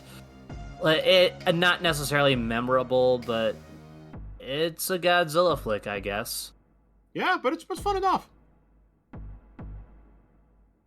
But moving on, the next film we managed to pair up for Hoop-Tober, and I'll take over this one as well, seeing as you've done a few at this point. I'll just have you pick up next. I've been doing some talking. Yep. Later on that day, after a trip to the theater, we caught up with one of the Hammer films on our lists. This was the first, I believe, of mine. Yeah, definitely the first of my Hammer films for this Hoop-Tober season as well. Yeah, this is 1961's Curse of the Werewolf, directed by Terence Fisher, one of the probably top 2 Hammer directors, and starring Oliver Reed, Clifford Evans, Yvonne Romain, Kira Talfrey, Anthony Dawson, and Richard Wordsworth. Now, this film starts with a beggar entering the royal court of a Spanish lord. As he's begging, he is taunted by several bar patrons into going to beg from the local lord, who has just been married to a rather precocious young lady. And in the course of begging, he is forced to demean himself for the lord's entertainment, but says one wrong word in expectation and is immediately thrown into the dungeon to rot, where he is taken care of by the daughter of the dungeon master, who happens to be mute. Now, years pass, the beggar is forgotten in the dungeons, even though the lady at the wedding promised to remember him. Eventually, the lady dies, and the dungeon master dies, and it's really just seems to be the lord, who is growing like leprous and decrepit, a few servants, and this young mute dungeon mistress. One day, she goes up to tend to the lord's place, and he immediately tries to put on the harassment. She spurns him, mildly violently, but rightfully, and she is thrown into the dungeon with the now beyond mad beggar hermit, who gets a bit too frisky with her, shall we put it nicely. And having had his way, immediately keels over dead out of apparently heart strain. And in her recourse, she escapes from the dungeon and immediately, I believe she stabs the lord to death with like a shovel. Alex? Yeah, she took down like a pick from the wall. Or maybe like a flambeau or something like that, and use the sharp end to just like a tiny hand spade or something. And Then she escapes, roaming out in the wilderness for months and months until she is discovered by another lower lord, his servant, and brings her back while she is many months overdue with child. And on the night she gives birth, she promptly takes a look. She, just like Oliver Twist's mom, takes a look at him and promptly dies. So, and of course, it is Christmas when this young child is born, and therefore they take this child to be blessed, but unfortunately, it is an unwanted child born on Christmas, and that means the devil is afoot! And so this young man grows and grows and grows, and he is finally let out of his gilded cage to go seek his own fortune. He gets a job at a winery? A distillery? Yeah. Mm-hmm. And yeah, a winery. Working for basically a bartender. And he catches the eye of his employer's daughter. But alas, his inheritance is much... He has much more to his inheritance than just his handsome face. He may also be touched by a little bit of lycanthropy. And that, in a nutshell, is the coverage I will give to The Curse of the Werewolf, which I have been circling for years and years in my Hammer horror viewing. I have known of this film for years, just because I'm a big fan of Oliver Reed. I've really enjoyed what I've seen from Hammer horror. And this is one that always popped up as one of the most highly rated of the bunch, the ones that had the most fond remembrances overall, besides the obvious iconics like the Christopher Lee Draculas and such. Yeah, besides the Draculas and Frankensteins and the other Universals they tackled, this was their big werewolf throw. And Tyler, what did you think of The Curse of the Werewolf? I thought it was definitely a solid werewolf flick, because goodness knows there are too few good werewolf stories out there. And having even a solid, like, even B level flick for a werewolf movie is, like, diamond in the rough as far as cinema goes.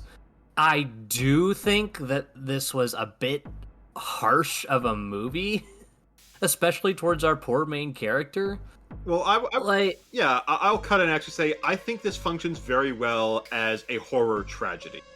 Because, it's absolutely because tragic. There's a lot of films we could point to, like Bad Moon, for example, is a werewolf movie about, wow, this guy's just a dick. But but this one is very much, this kid did nothing wrong. He didn't ask to be born this way, but he has to deal with it all his own. But I think the way it's structured as a classical tragedy, almost Greek and Roman in style, is just, it adds layers to the horror. And I'm actually gonna cut in and say, yeah, I actually really dug this. This is actually one of my favorite watches of Hoop-Tober. Yeah, I'd be on board with you there. Like, this was definitely one of the more solid entries into my Hoop-Tober watchings. I do think maybe the first third we had there with the whole sequence with the beggar and everything like that. I don't know if the beggar up until he grows up. Yeah, I don't know if that necessarily needed to be quite so long. I don't know what necessary significance we have, like, learning who this beggar was and what he did kind of deal. Yeah, I thought at first going in, the beggar would be a closet werewolf, but no, it's just religiosity causes the werewolf to come out. It's like, oh, okay. Yeah, it's just like one guy who commits one crime, and like that's the reason we've got this curse going on. No, not early on. I'm talking about in the cell. Oh, yeah. Ironically, he's put in prison, where he is the place that he commits the greatest crime. Like, oh my gosh. But I don't know. This could have been easily, like, chopped off to say, like, a woman was assaulted one night, and, like, someone comes across her. Like, that could have been our premise.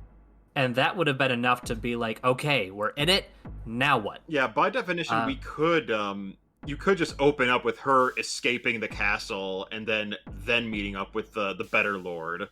But I think I can see why people would dislike the first third, but I think it adds...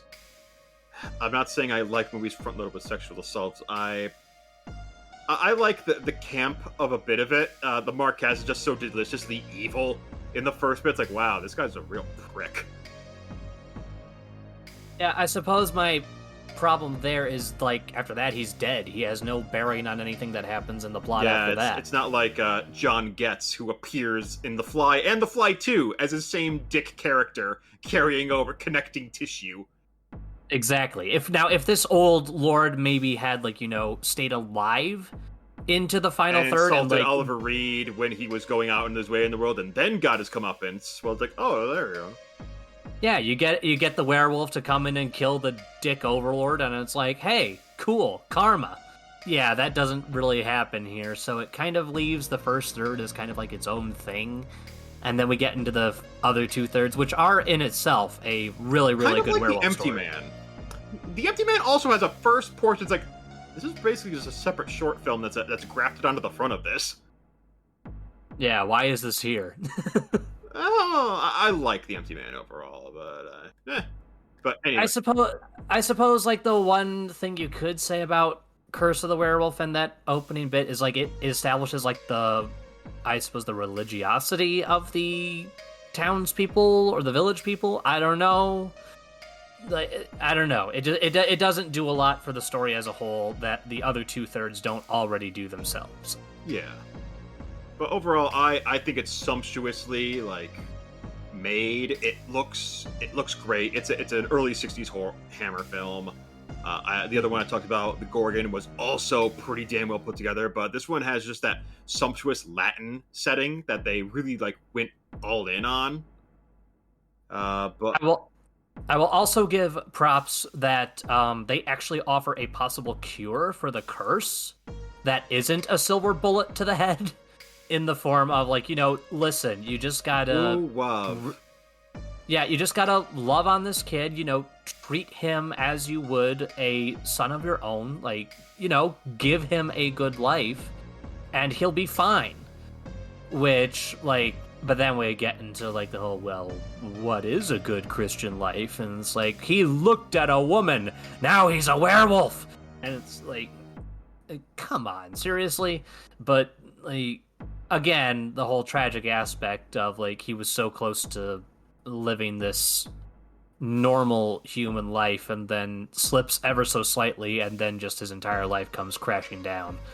It's genuinely sad to see because he is a very likable guy and honestly doesn't deserve any of what he gets in the end of this.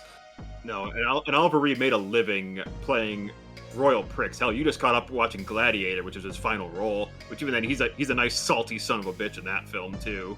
Yeah, that's true. He is. But yeah, he's rather wholesome in this movie, which is so odd. It's like I'm so used to seeing him playing the heavy. Fascinating. It's like, aw. But you want to see him succeed, and it's like, oh god. But it does come, unfortunately, to a tragic end. We won't go into specifics, but it's a werewolf drama. If you've seen one of these, you kind of know where it's going, unfortunately. It's a werewolf movie. You know what's going to happen. Yeah, torches, pitchforks. Silver bullets, blah. But I think it's one of the highlights. It's easily top 5 things I watched this. I gave an unofficial listing on the Cinemonster list of what I picked for my favorites. I'll have to double check with them because it's been a long year, so I forget things I just did yesterday. But that also might be the Comic-Con edge wearing off on me. But yeah, Curse the Werewolf. It is really good, and if you want to check it out, it is currently streaming on Peacock, apparently. Nice. Right next to Halloween Kills. But you can rent it from any agency in the US. You got Amazon, DirecTV, Google Play, Apple, Microsoft. Yeah, it's there. And I give it a high recommend from this personal podcaster anyway. That brings us next. We took a little break. And then we came together to talk some Johnny Carpenter. Because next up on our lists, I believe, is 1995's Village of the Damned. This one was on my list. We both watched it. Yeah, we both saw it. So, how about you take over this one? Take over the description for Village of the Damned, directed by one Mr.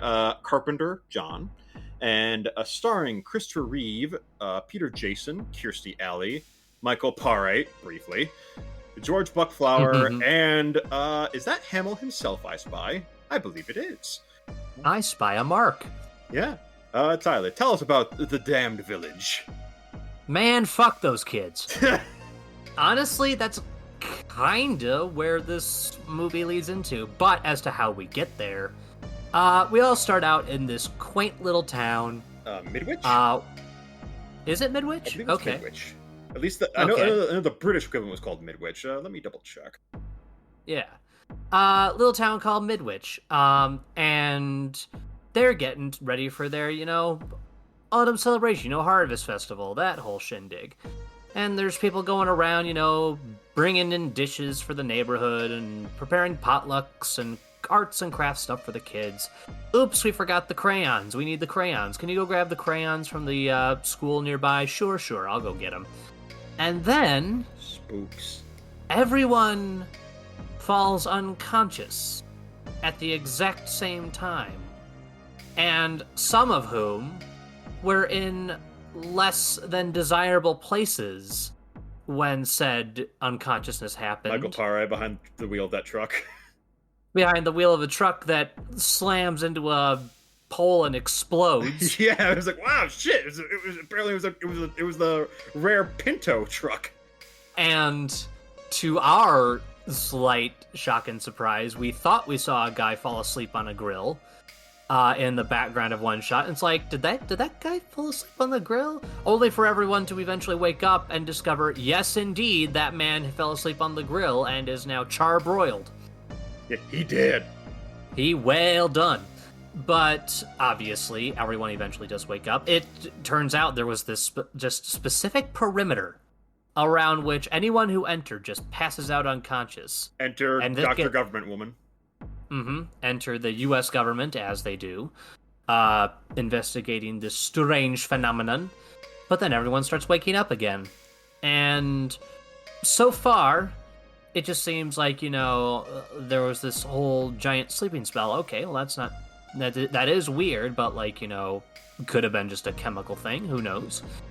But then it is discovered that all women who are able to have children in this village are pregnant at the exact same time, including the likes of a barely pubescent high school girl and I believe a couple who were infertile for a long while, who just finally were able to, quote-unquote, conceive. As well as that one woman whose husband was out of town at the time. Mm-hmm. Like, a few people who become pregnant, and it's like, the whole, you were with someone else, weren't you? Whole drama that perks up, even though, as it eventually turns out, this was by no means any humans doing, it still brings up that tensions in relationships and that whole spiel. But eventually the kids are all also born on the exact same day, one mass birthing of children, one of whom seems to not survive, but the rest remain intact and begin growing into these platinum-haired, blue-eyed, white children. White bread. And they all act very, very similar. As in, they all stay together. They all walk together in perfect 2x2 rows. Boys on one side, girls on the other. Pity there's an odd number of them. Mm-hmm. With one straggler out of the bunch. One poor little boy is like, I'm alone. I'm lonely. And as things progress, strange things begin to happen. As seemingly, at first, there just seemed to be rather coincidental accidents that happen around these children. But then it turns into one of them who gets pissed off at the mother for making something that was a little too hot, psychically forcing her to stick her arm into hot, boiling water on the stove, causing third-degree burns all the way up her arm. And at that point, you realize, man, those kids ain't right. It develops into this mystery of, well, what's wrong with them? Why are they doing this? Why are they so evil? Well, it's because they're little kids. Little kids are all evil. And what can be done about it as their powers continue to grow and change and develop? You sounded like you wanted to interject. Did you have something to say? Oh no, I was just about to say, even the crazy janitor is like, I'm on to you, kids. Yeah. Drink. I'll say he was the first accidental casualty, if I remember right, because he's like... Well, he was the first direct casualty, I believe, because the others were just kind of implied. Because the mom of the Christopher Reeve's wife, she commits suicide. She looks strangely like Josie Packard. Yeah, she throws herself off a cliff, although that might have also been egged on by the kid, because... Like, I think she already had, like, some, like, qualms and quandaries going on just in her own head that were just exacerbated by this evil little Satan spawn. Mm-hmm. Which, like, good lord, that's just cruel. Yeah. Which, I mean, is the point. They're trying to make these kids out to be just these absolutely monstrous little demons. Yeah, this is one of the other parts of the Carpenter's remake cycle, because we have The Thing. We have Salt and Peace a loose remake of Rio Bravo, but it changes enough to where it's not a true remake. But this is definitely in the part and parcel remake train, because this was a remake of a 1960 movie directed by Wolf Rilla and starring George Sanders that I'm actually a big fan of. I really enjoy the original Village of the Damned. So I wasn't necessarily avoiding this movie. It was more that I knew that I had gotten through all the tip top of the Carpenter filmography so far. So it's like, okay, I just got the rest of his 90s movies to go through, which I hear mixed things about. And... It's the best of Carpenter and then the rest. No. Nah, I'm kidding. Like, I'd say this one was, like, definitely not his strongest work as far as Carpenter's stuff goes. But, I mean, it wasn't bad by any means. No. I didn't find it to be bad at all. No, it is not the worst. It's just merely, it's just above fine. It's good, but it's not like, it doesn't feel entirely like a Carpenter film in some ways. Like, it still has him doing the score, and he's still got that wide-angle lens going that really makes things pop. Yeah, maybe it's the fact that he's dealing with... Well, he's dealt with material he didn't write for years. Hell, my favorite Big Trouble in Little China wasn't written by him. But, yeah, it's... I suppose maybe he was, like, going a little more... I don't know if this would be a good way to describe it, but straight-laced with this one, maybe? Like, because with some of his others, he can get, like, rather fantastical and atmospheric. And here, it seems like he's going for something a little more, almost casual, if that makes sense. Mm-hmm. Like, it's an intercity, like, neighborhood drama around superpowered little evil kids and all the drama and conflict that goes with that.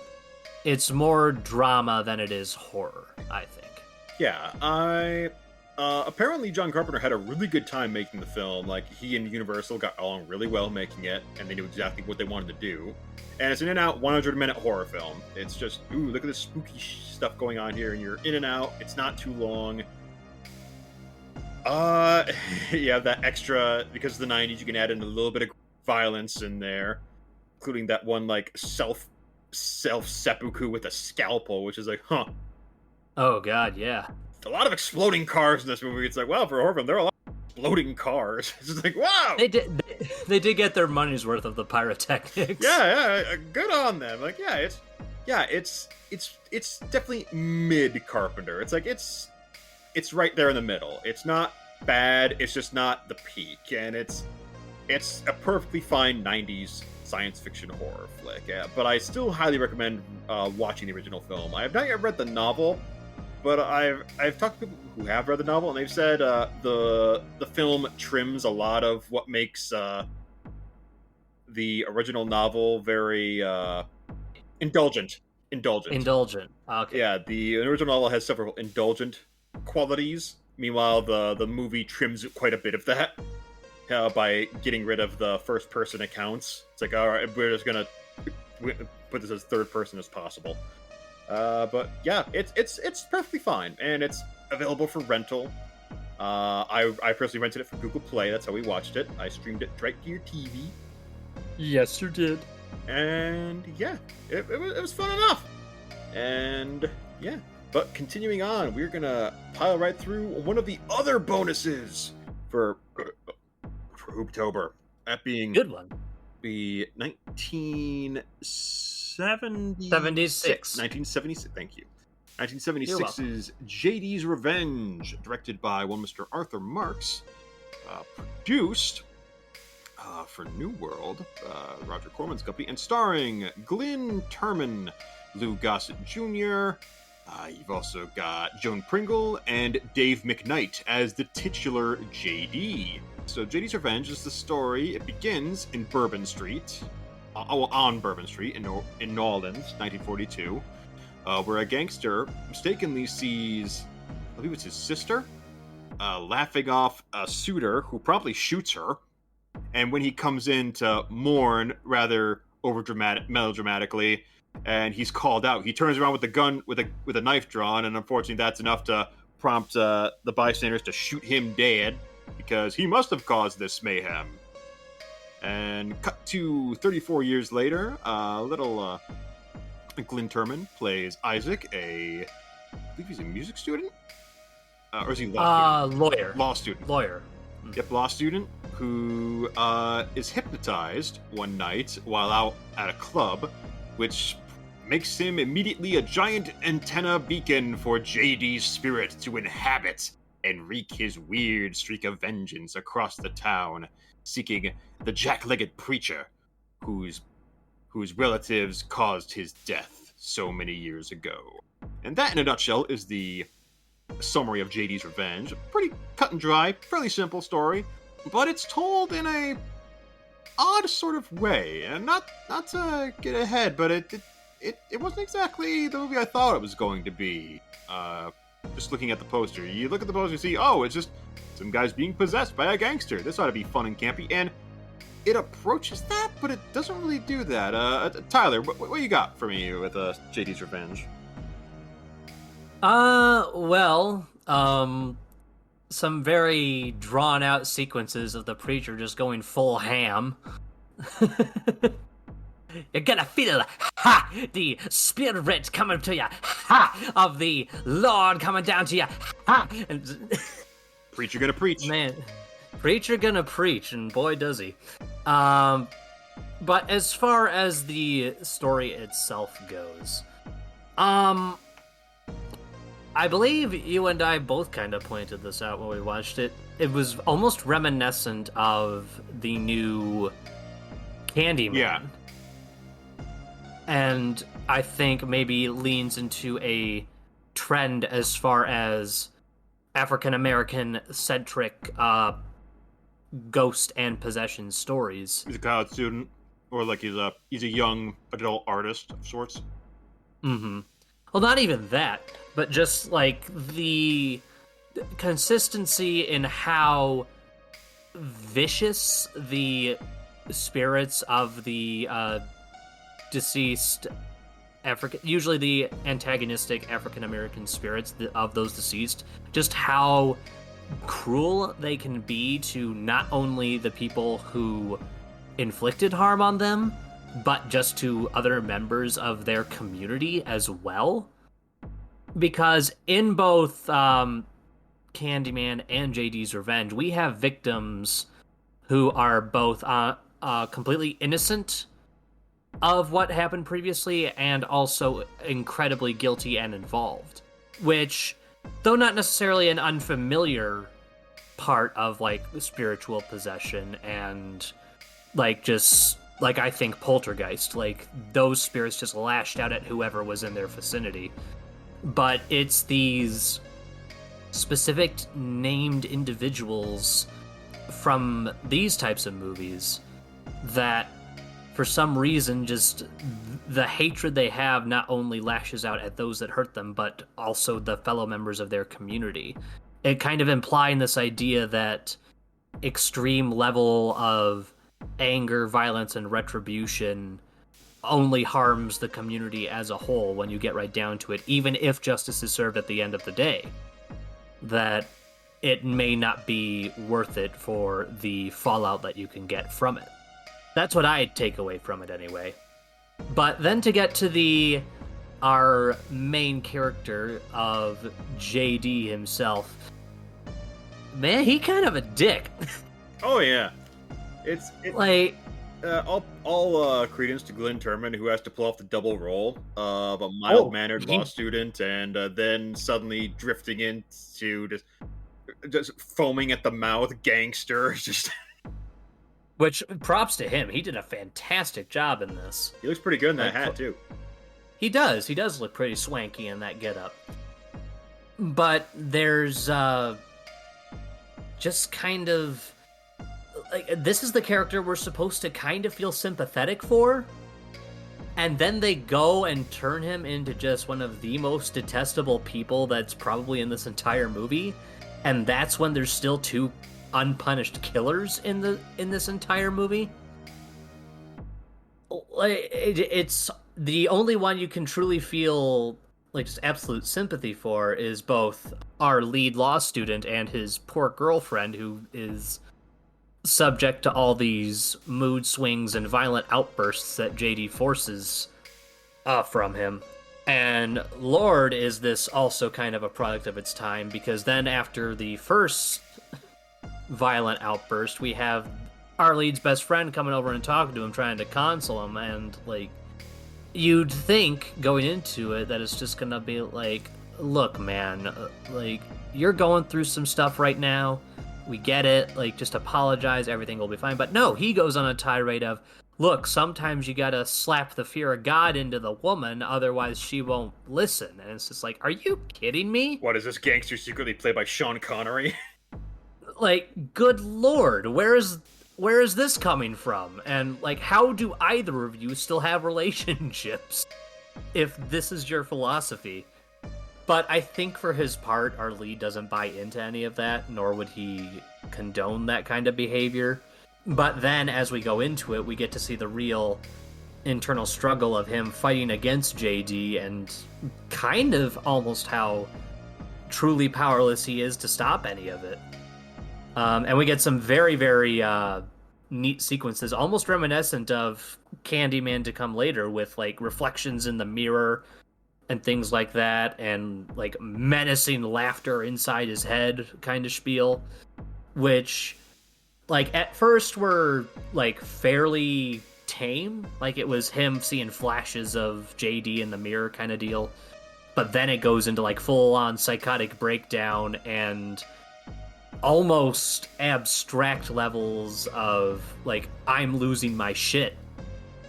And it was a slow build up to it, but it really did well, I think, towards like the second third, give or take, of the movie, as we really got into it. And I will say I did think it kind of petered out a little bit at the end with the whole resolution, because we're supposed to think that it's kind of all happy and wrapped up with a bow afterwards. But man, some of the terrible shit that happened earlier on is just not addressed. Yeah, and go ahead. I was about to say, I just feel like there needed to be some kind of consequence to it. Because, good lord, the poor like women... his brother-in-law comes in and just beats his ass because I heard you talking shit about your girl. Yeah, exactly. Something's gotta happen because of this, and like... Yeah, it's not as squick as some other movies I've seen of this kind, where it's glossed over and like, oh, I still love you. It was still addressed aside, but it wasn't followed up on. So it wasn't a big lip alligator moment where like, oh, that's just happened. Okay. There was no revelation on her part of like, oh my gosh, my boyfriend's truly possessed.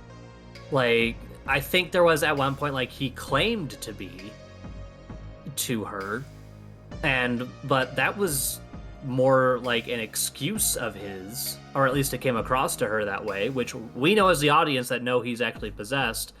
But at the same time, like, unless you're going to provide hard evidence for that later, there's absolutely no reason she should see fit to go back to him at all, ever. Like, first your boyfriend beats you, molests you, and claims to have been possessed by someone. I'd get the hell out of Dodge.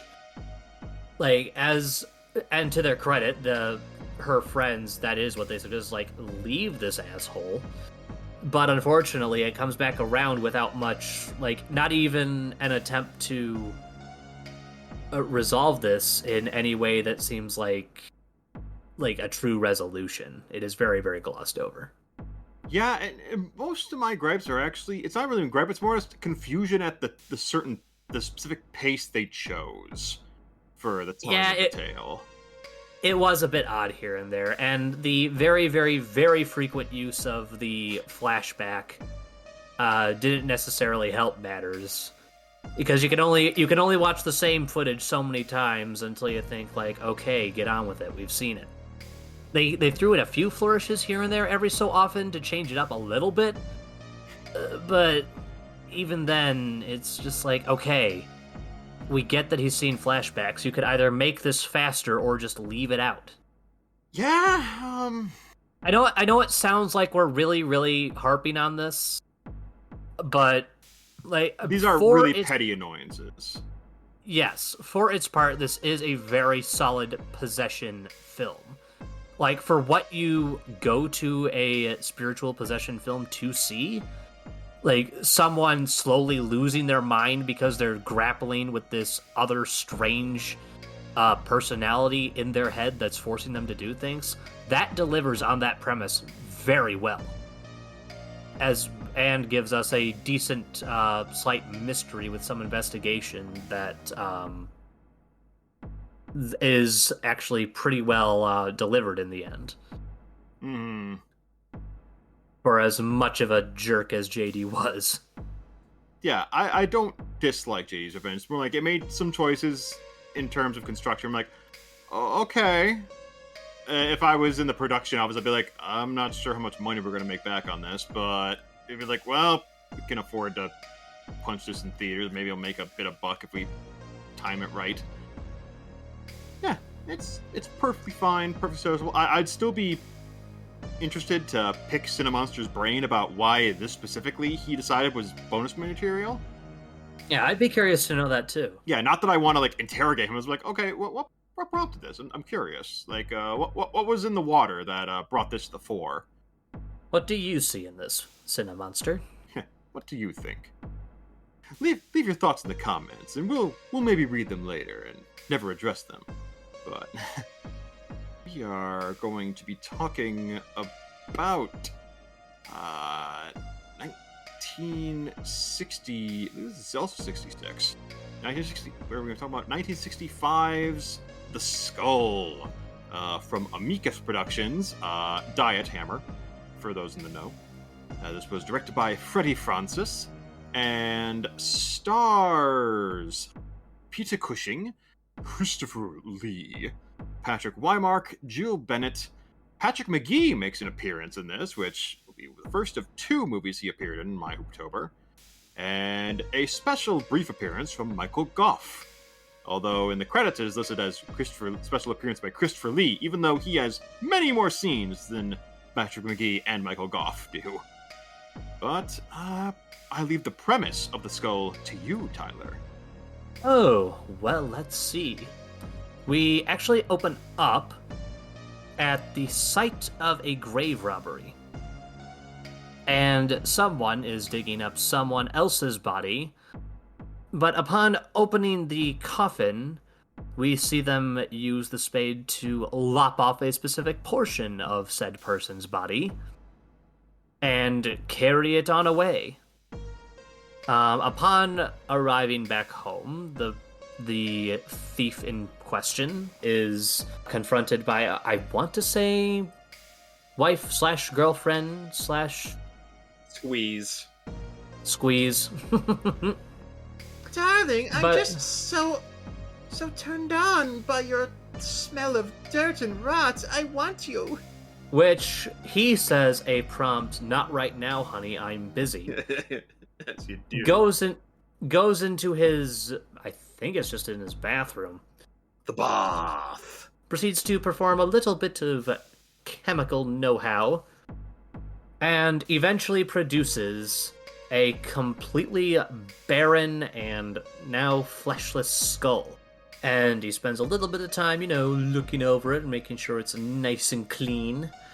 Only for a few minutes later, for his squeeze to come up to the bathroom looking for him, and finding him dead in the bathtub, bleeding out. And then, I believe it's title sequence that hits after that, and then we jump into we don't see what happens to him. We just cut to her screaming, and then it zooms in on the skull. It's like, the skull! We cut to our main story after said title sequence. Uh-huh. And we jump into the life of one Peter-Cushing. Hell yeah. Whose character name I don't remember, but it's Peter-Cushing. Christopher Maitland. I'm going to call him Peter-Cushing. Who is a collector of strange and macabre objects.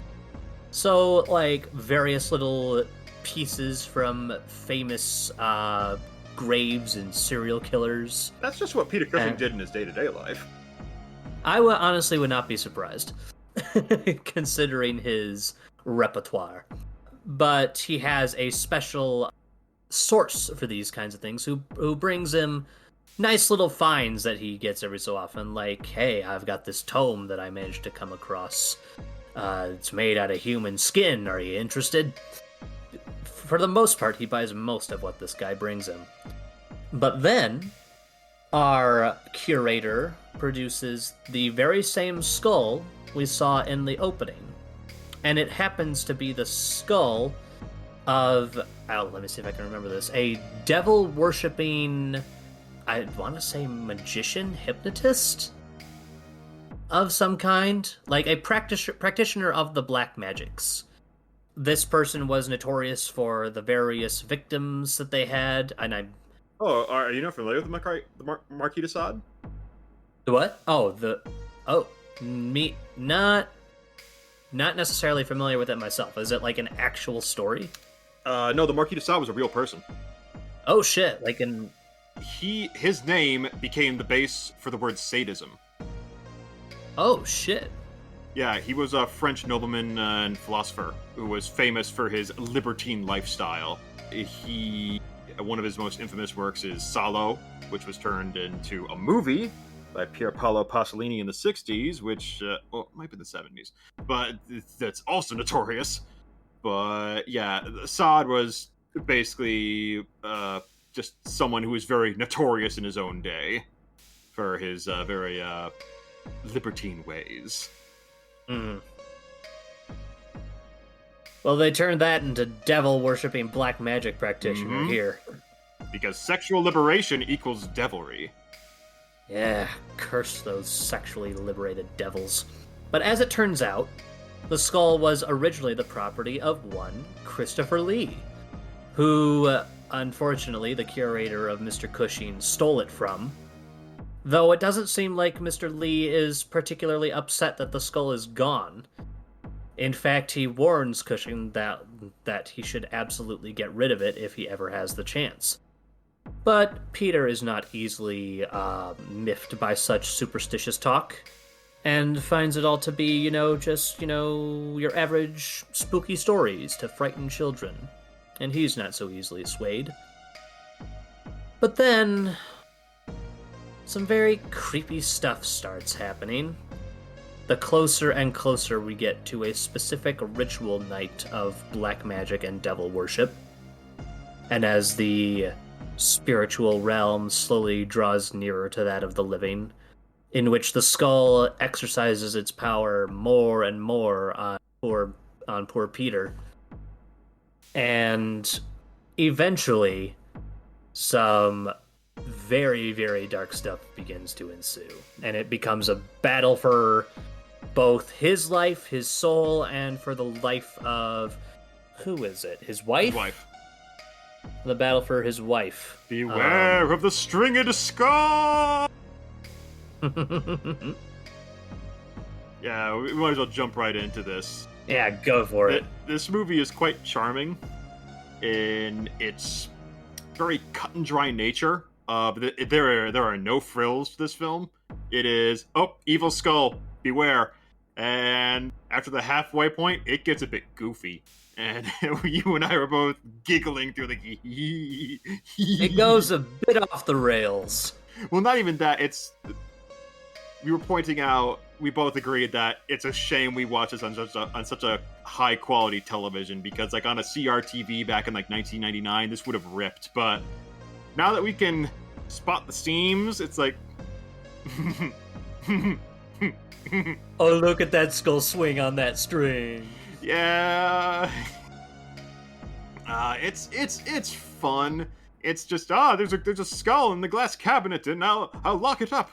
That'll keep it away. And then cue Rube Goldberg shenanigans for the skull to basically use its death from Final Destination powers to cause things to get it out, and then it just by its own unseen stringed hand floats down the hallway to harass Peter-Cushing into murder. I think by that point the skull was just set on killing Cushing himself. And like, throughout the movie, we were giving him the voice of the lost skeleton of Kadabra. I just remembered. Mm-hmm. Hey you, idiot. Do some murder. You think you can defy me? I'm the lost skeleton. Or skull. Yeah, this movie's a little pocket of fun. I can't even complain that much. It's like the most I can throw at this is Christopher Lee doesn't have very much to do, but also he is noted in the beginning as being a special appearance, which basically means that this is basically a glorified just cameo at best, even though he has like 3 or 4 scenes to interact in. They are very prominent, where he is all in his fancy schmancy billiard room. Hell yeah! I want to play billiards with Peter Cushing and Christopher Lee. Absolutely. I'd lose, but hey, it would be fun. Yeah. Except you'd have Christopher standing over your shoulder the whole time saying, "Beware of the skull." Yeah, it's like, man, listen, look, I'm trying to get into pocket 3. Could you please mind me? I've called this one. Will you let me hit? Yeah, Skull is the final bonus film we had to get to for Hoop-Tober, and yeah, we got through all 3 of them together. So yeah, and they were all very fun. I will say that in their own separate ways. With JD, you had the outrageousness of the lead actor just channeling their 40s gangsterism. With Scooby Doo, you had just chef's kiss, just great. And the skull is right there in the middle of, wow, this is adorable. This is an adorable little horror film from the 60s. I even think you could show this to like your I could show this to my mom, and she would probably enjoy it because it's just so charming. Oh, look, they think it's scary. Yeah, we didn't even mention that weird dream sequence about halfway into the movie.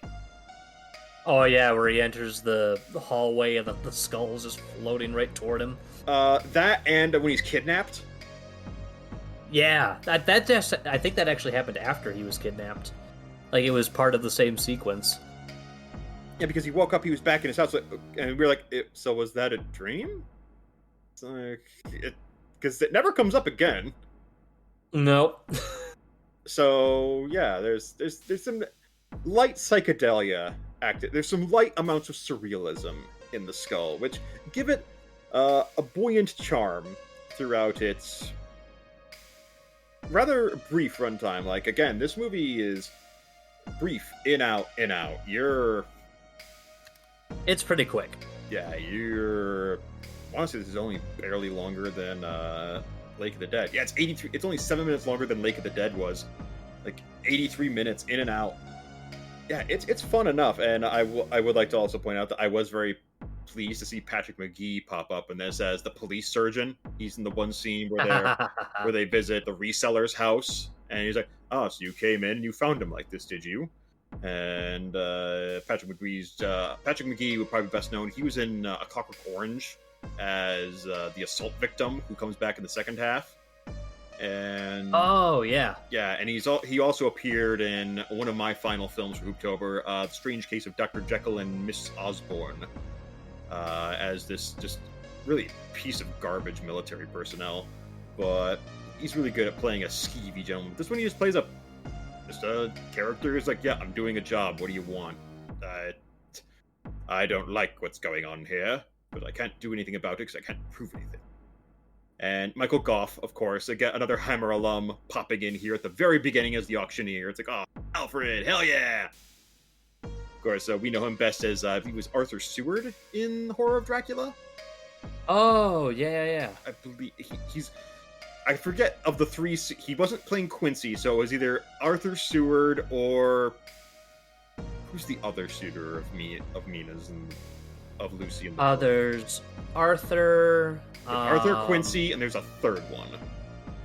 Isn't it Jonathan? No, because Jonathan is Mina. So Lucy had three suitors that were Quincy, Arthur... Oh, shoot. I can't remember. God damn it. Quincy, John Seward, Quincy Morris, Dr. Seward, Arthur Holmwood. That's the third one. That's right. Yeah, I believe it was Dr. Seward was who Michael Goff was playing in the Hard Drive. We spent like 30 seconds focusing on this, even though he has nothing to do with the skull. But, yeah, the skull. It is charming. Perfectly charming from frame one all the way to the... Ooh, this could have been a Rod Serling production if we cut out a little bit of the sensuality. And yeah, sure. It's very fun. Agreed. It's a good time with Cushing and Lee to spare. Could have used more Lee though. Oh, we can always use more Lee, especially these days. But we have piled through 14 of the 22 titles we did for Hoop-Tober, and we will return for the final 8 in just a few days. But to tide you off, dear listeners, fear not. We have plenty left to talk about, including more John Carpenter, some ghosts, some scarecrows, and Brahms. Oh, Brahms. My boy. Oh yeah, we got a double dose of Pam Grier in this second half as well. But yeah, that will remain for next time. In the meantime, I am Brett, the voice without body. I am Tyler, you're a warrior of the wastes. And we will talk to you next time to wrap up this Hoop-Tober nice and proper. Till next time.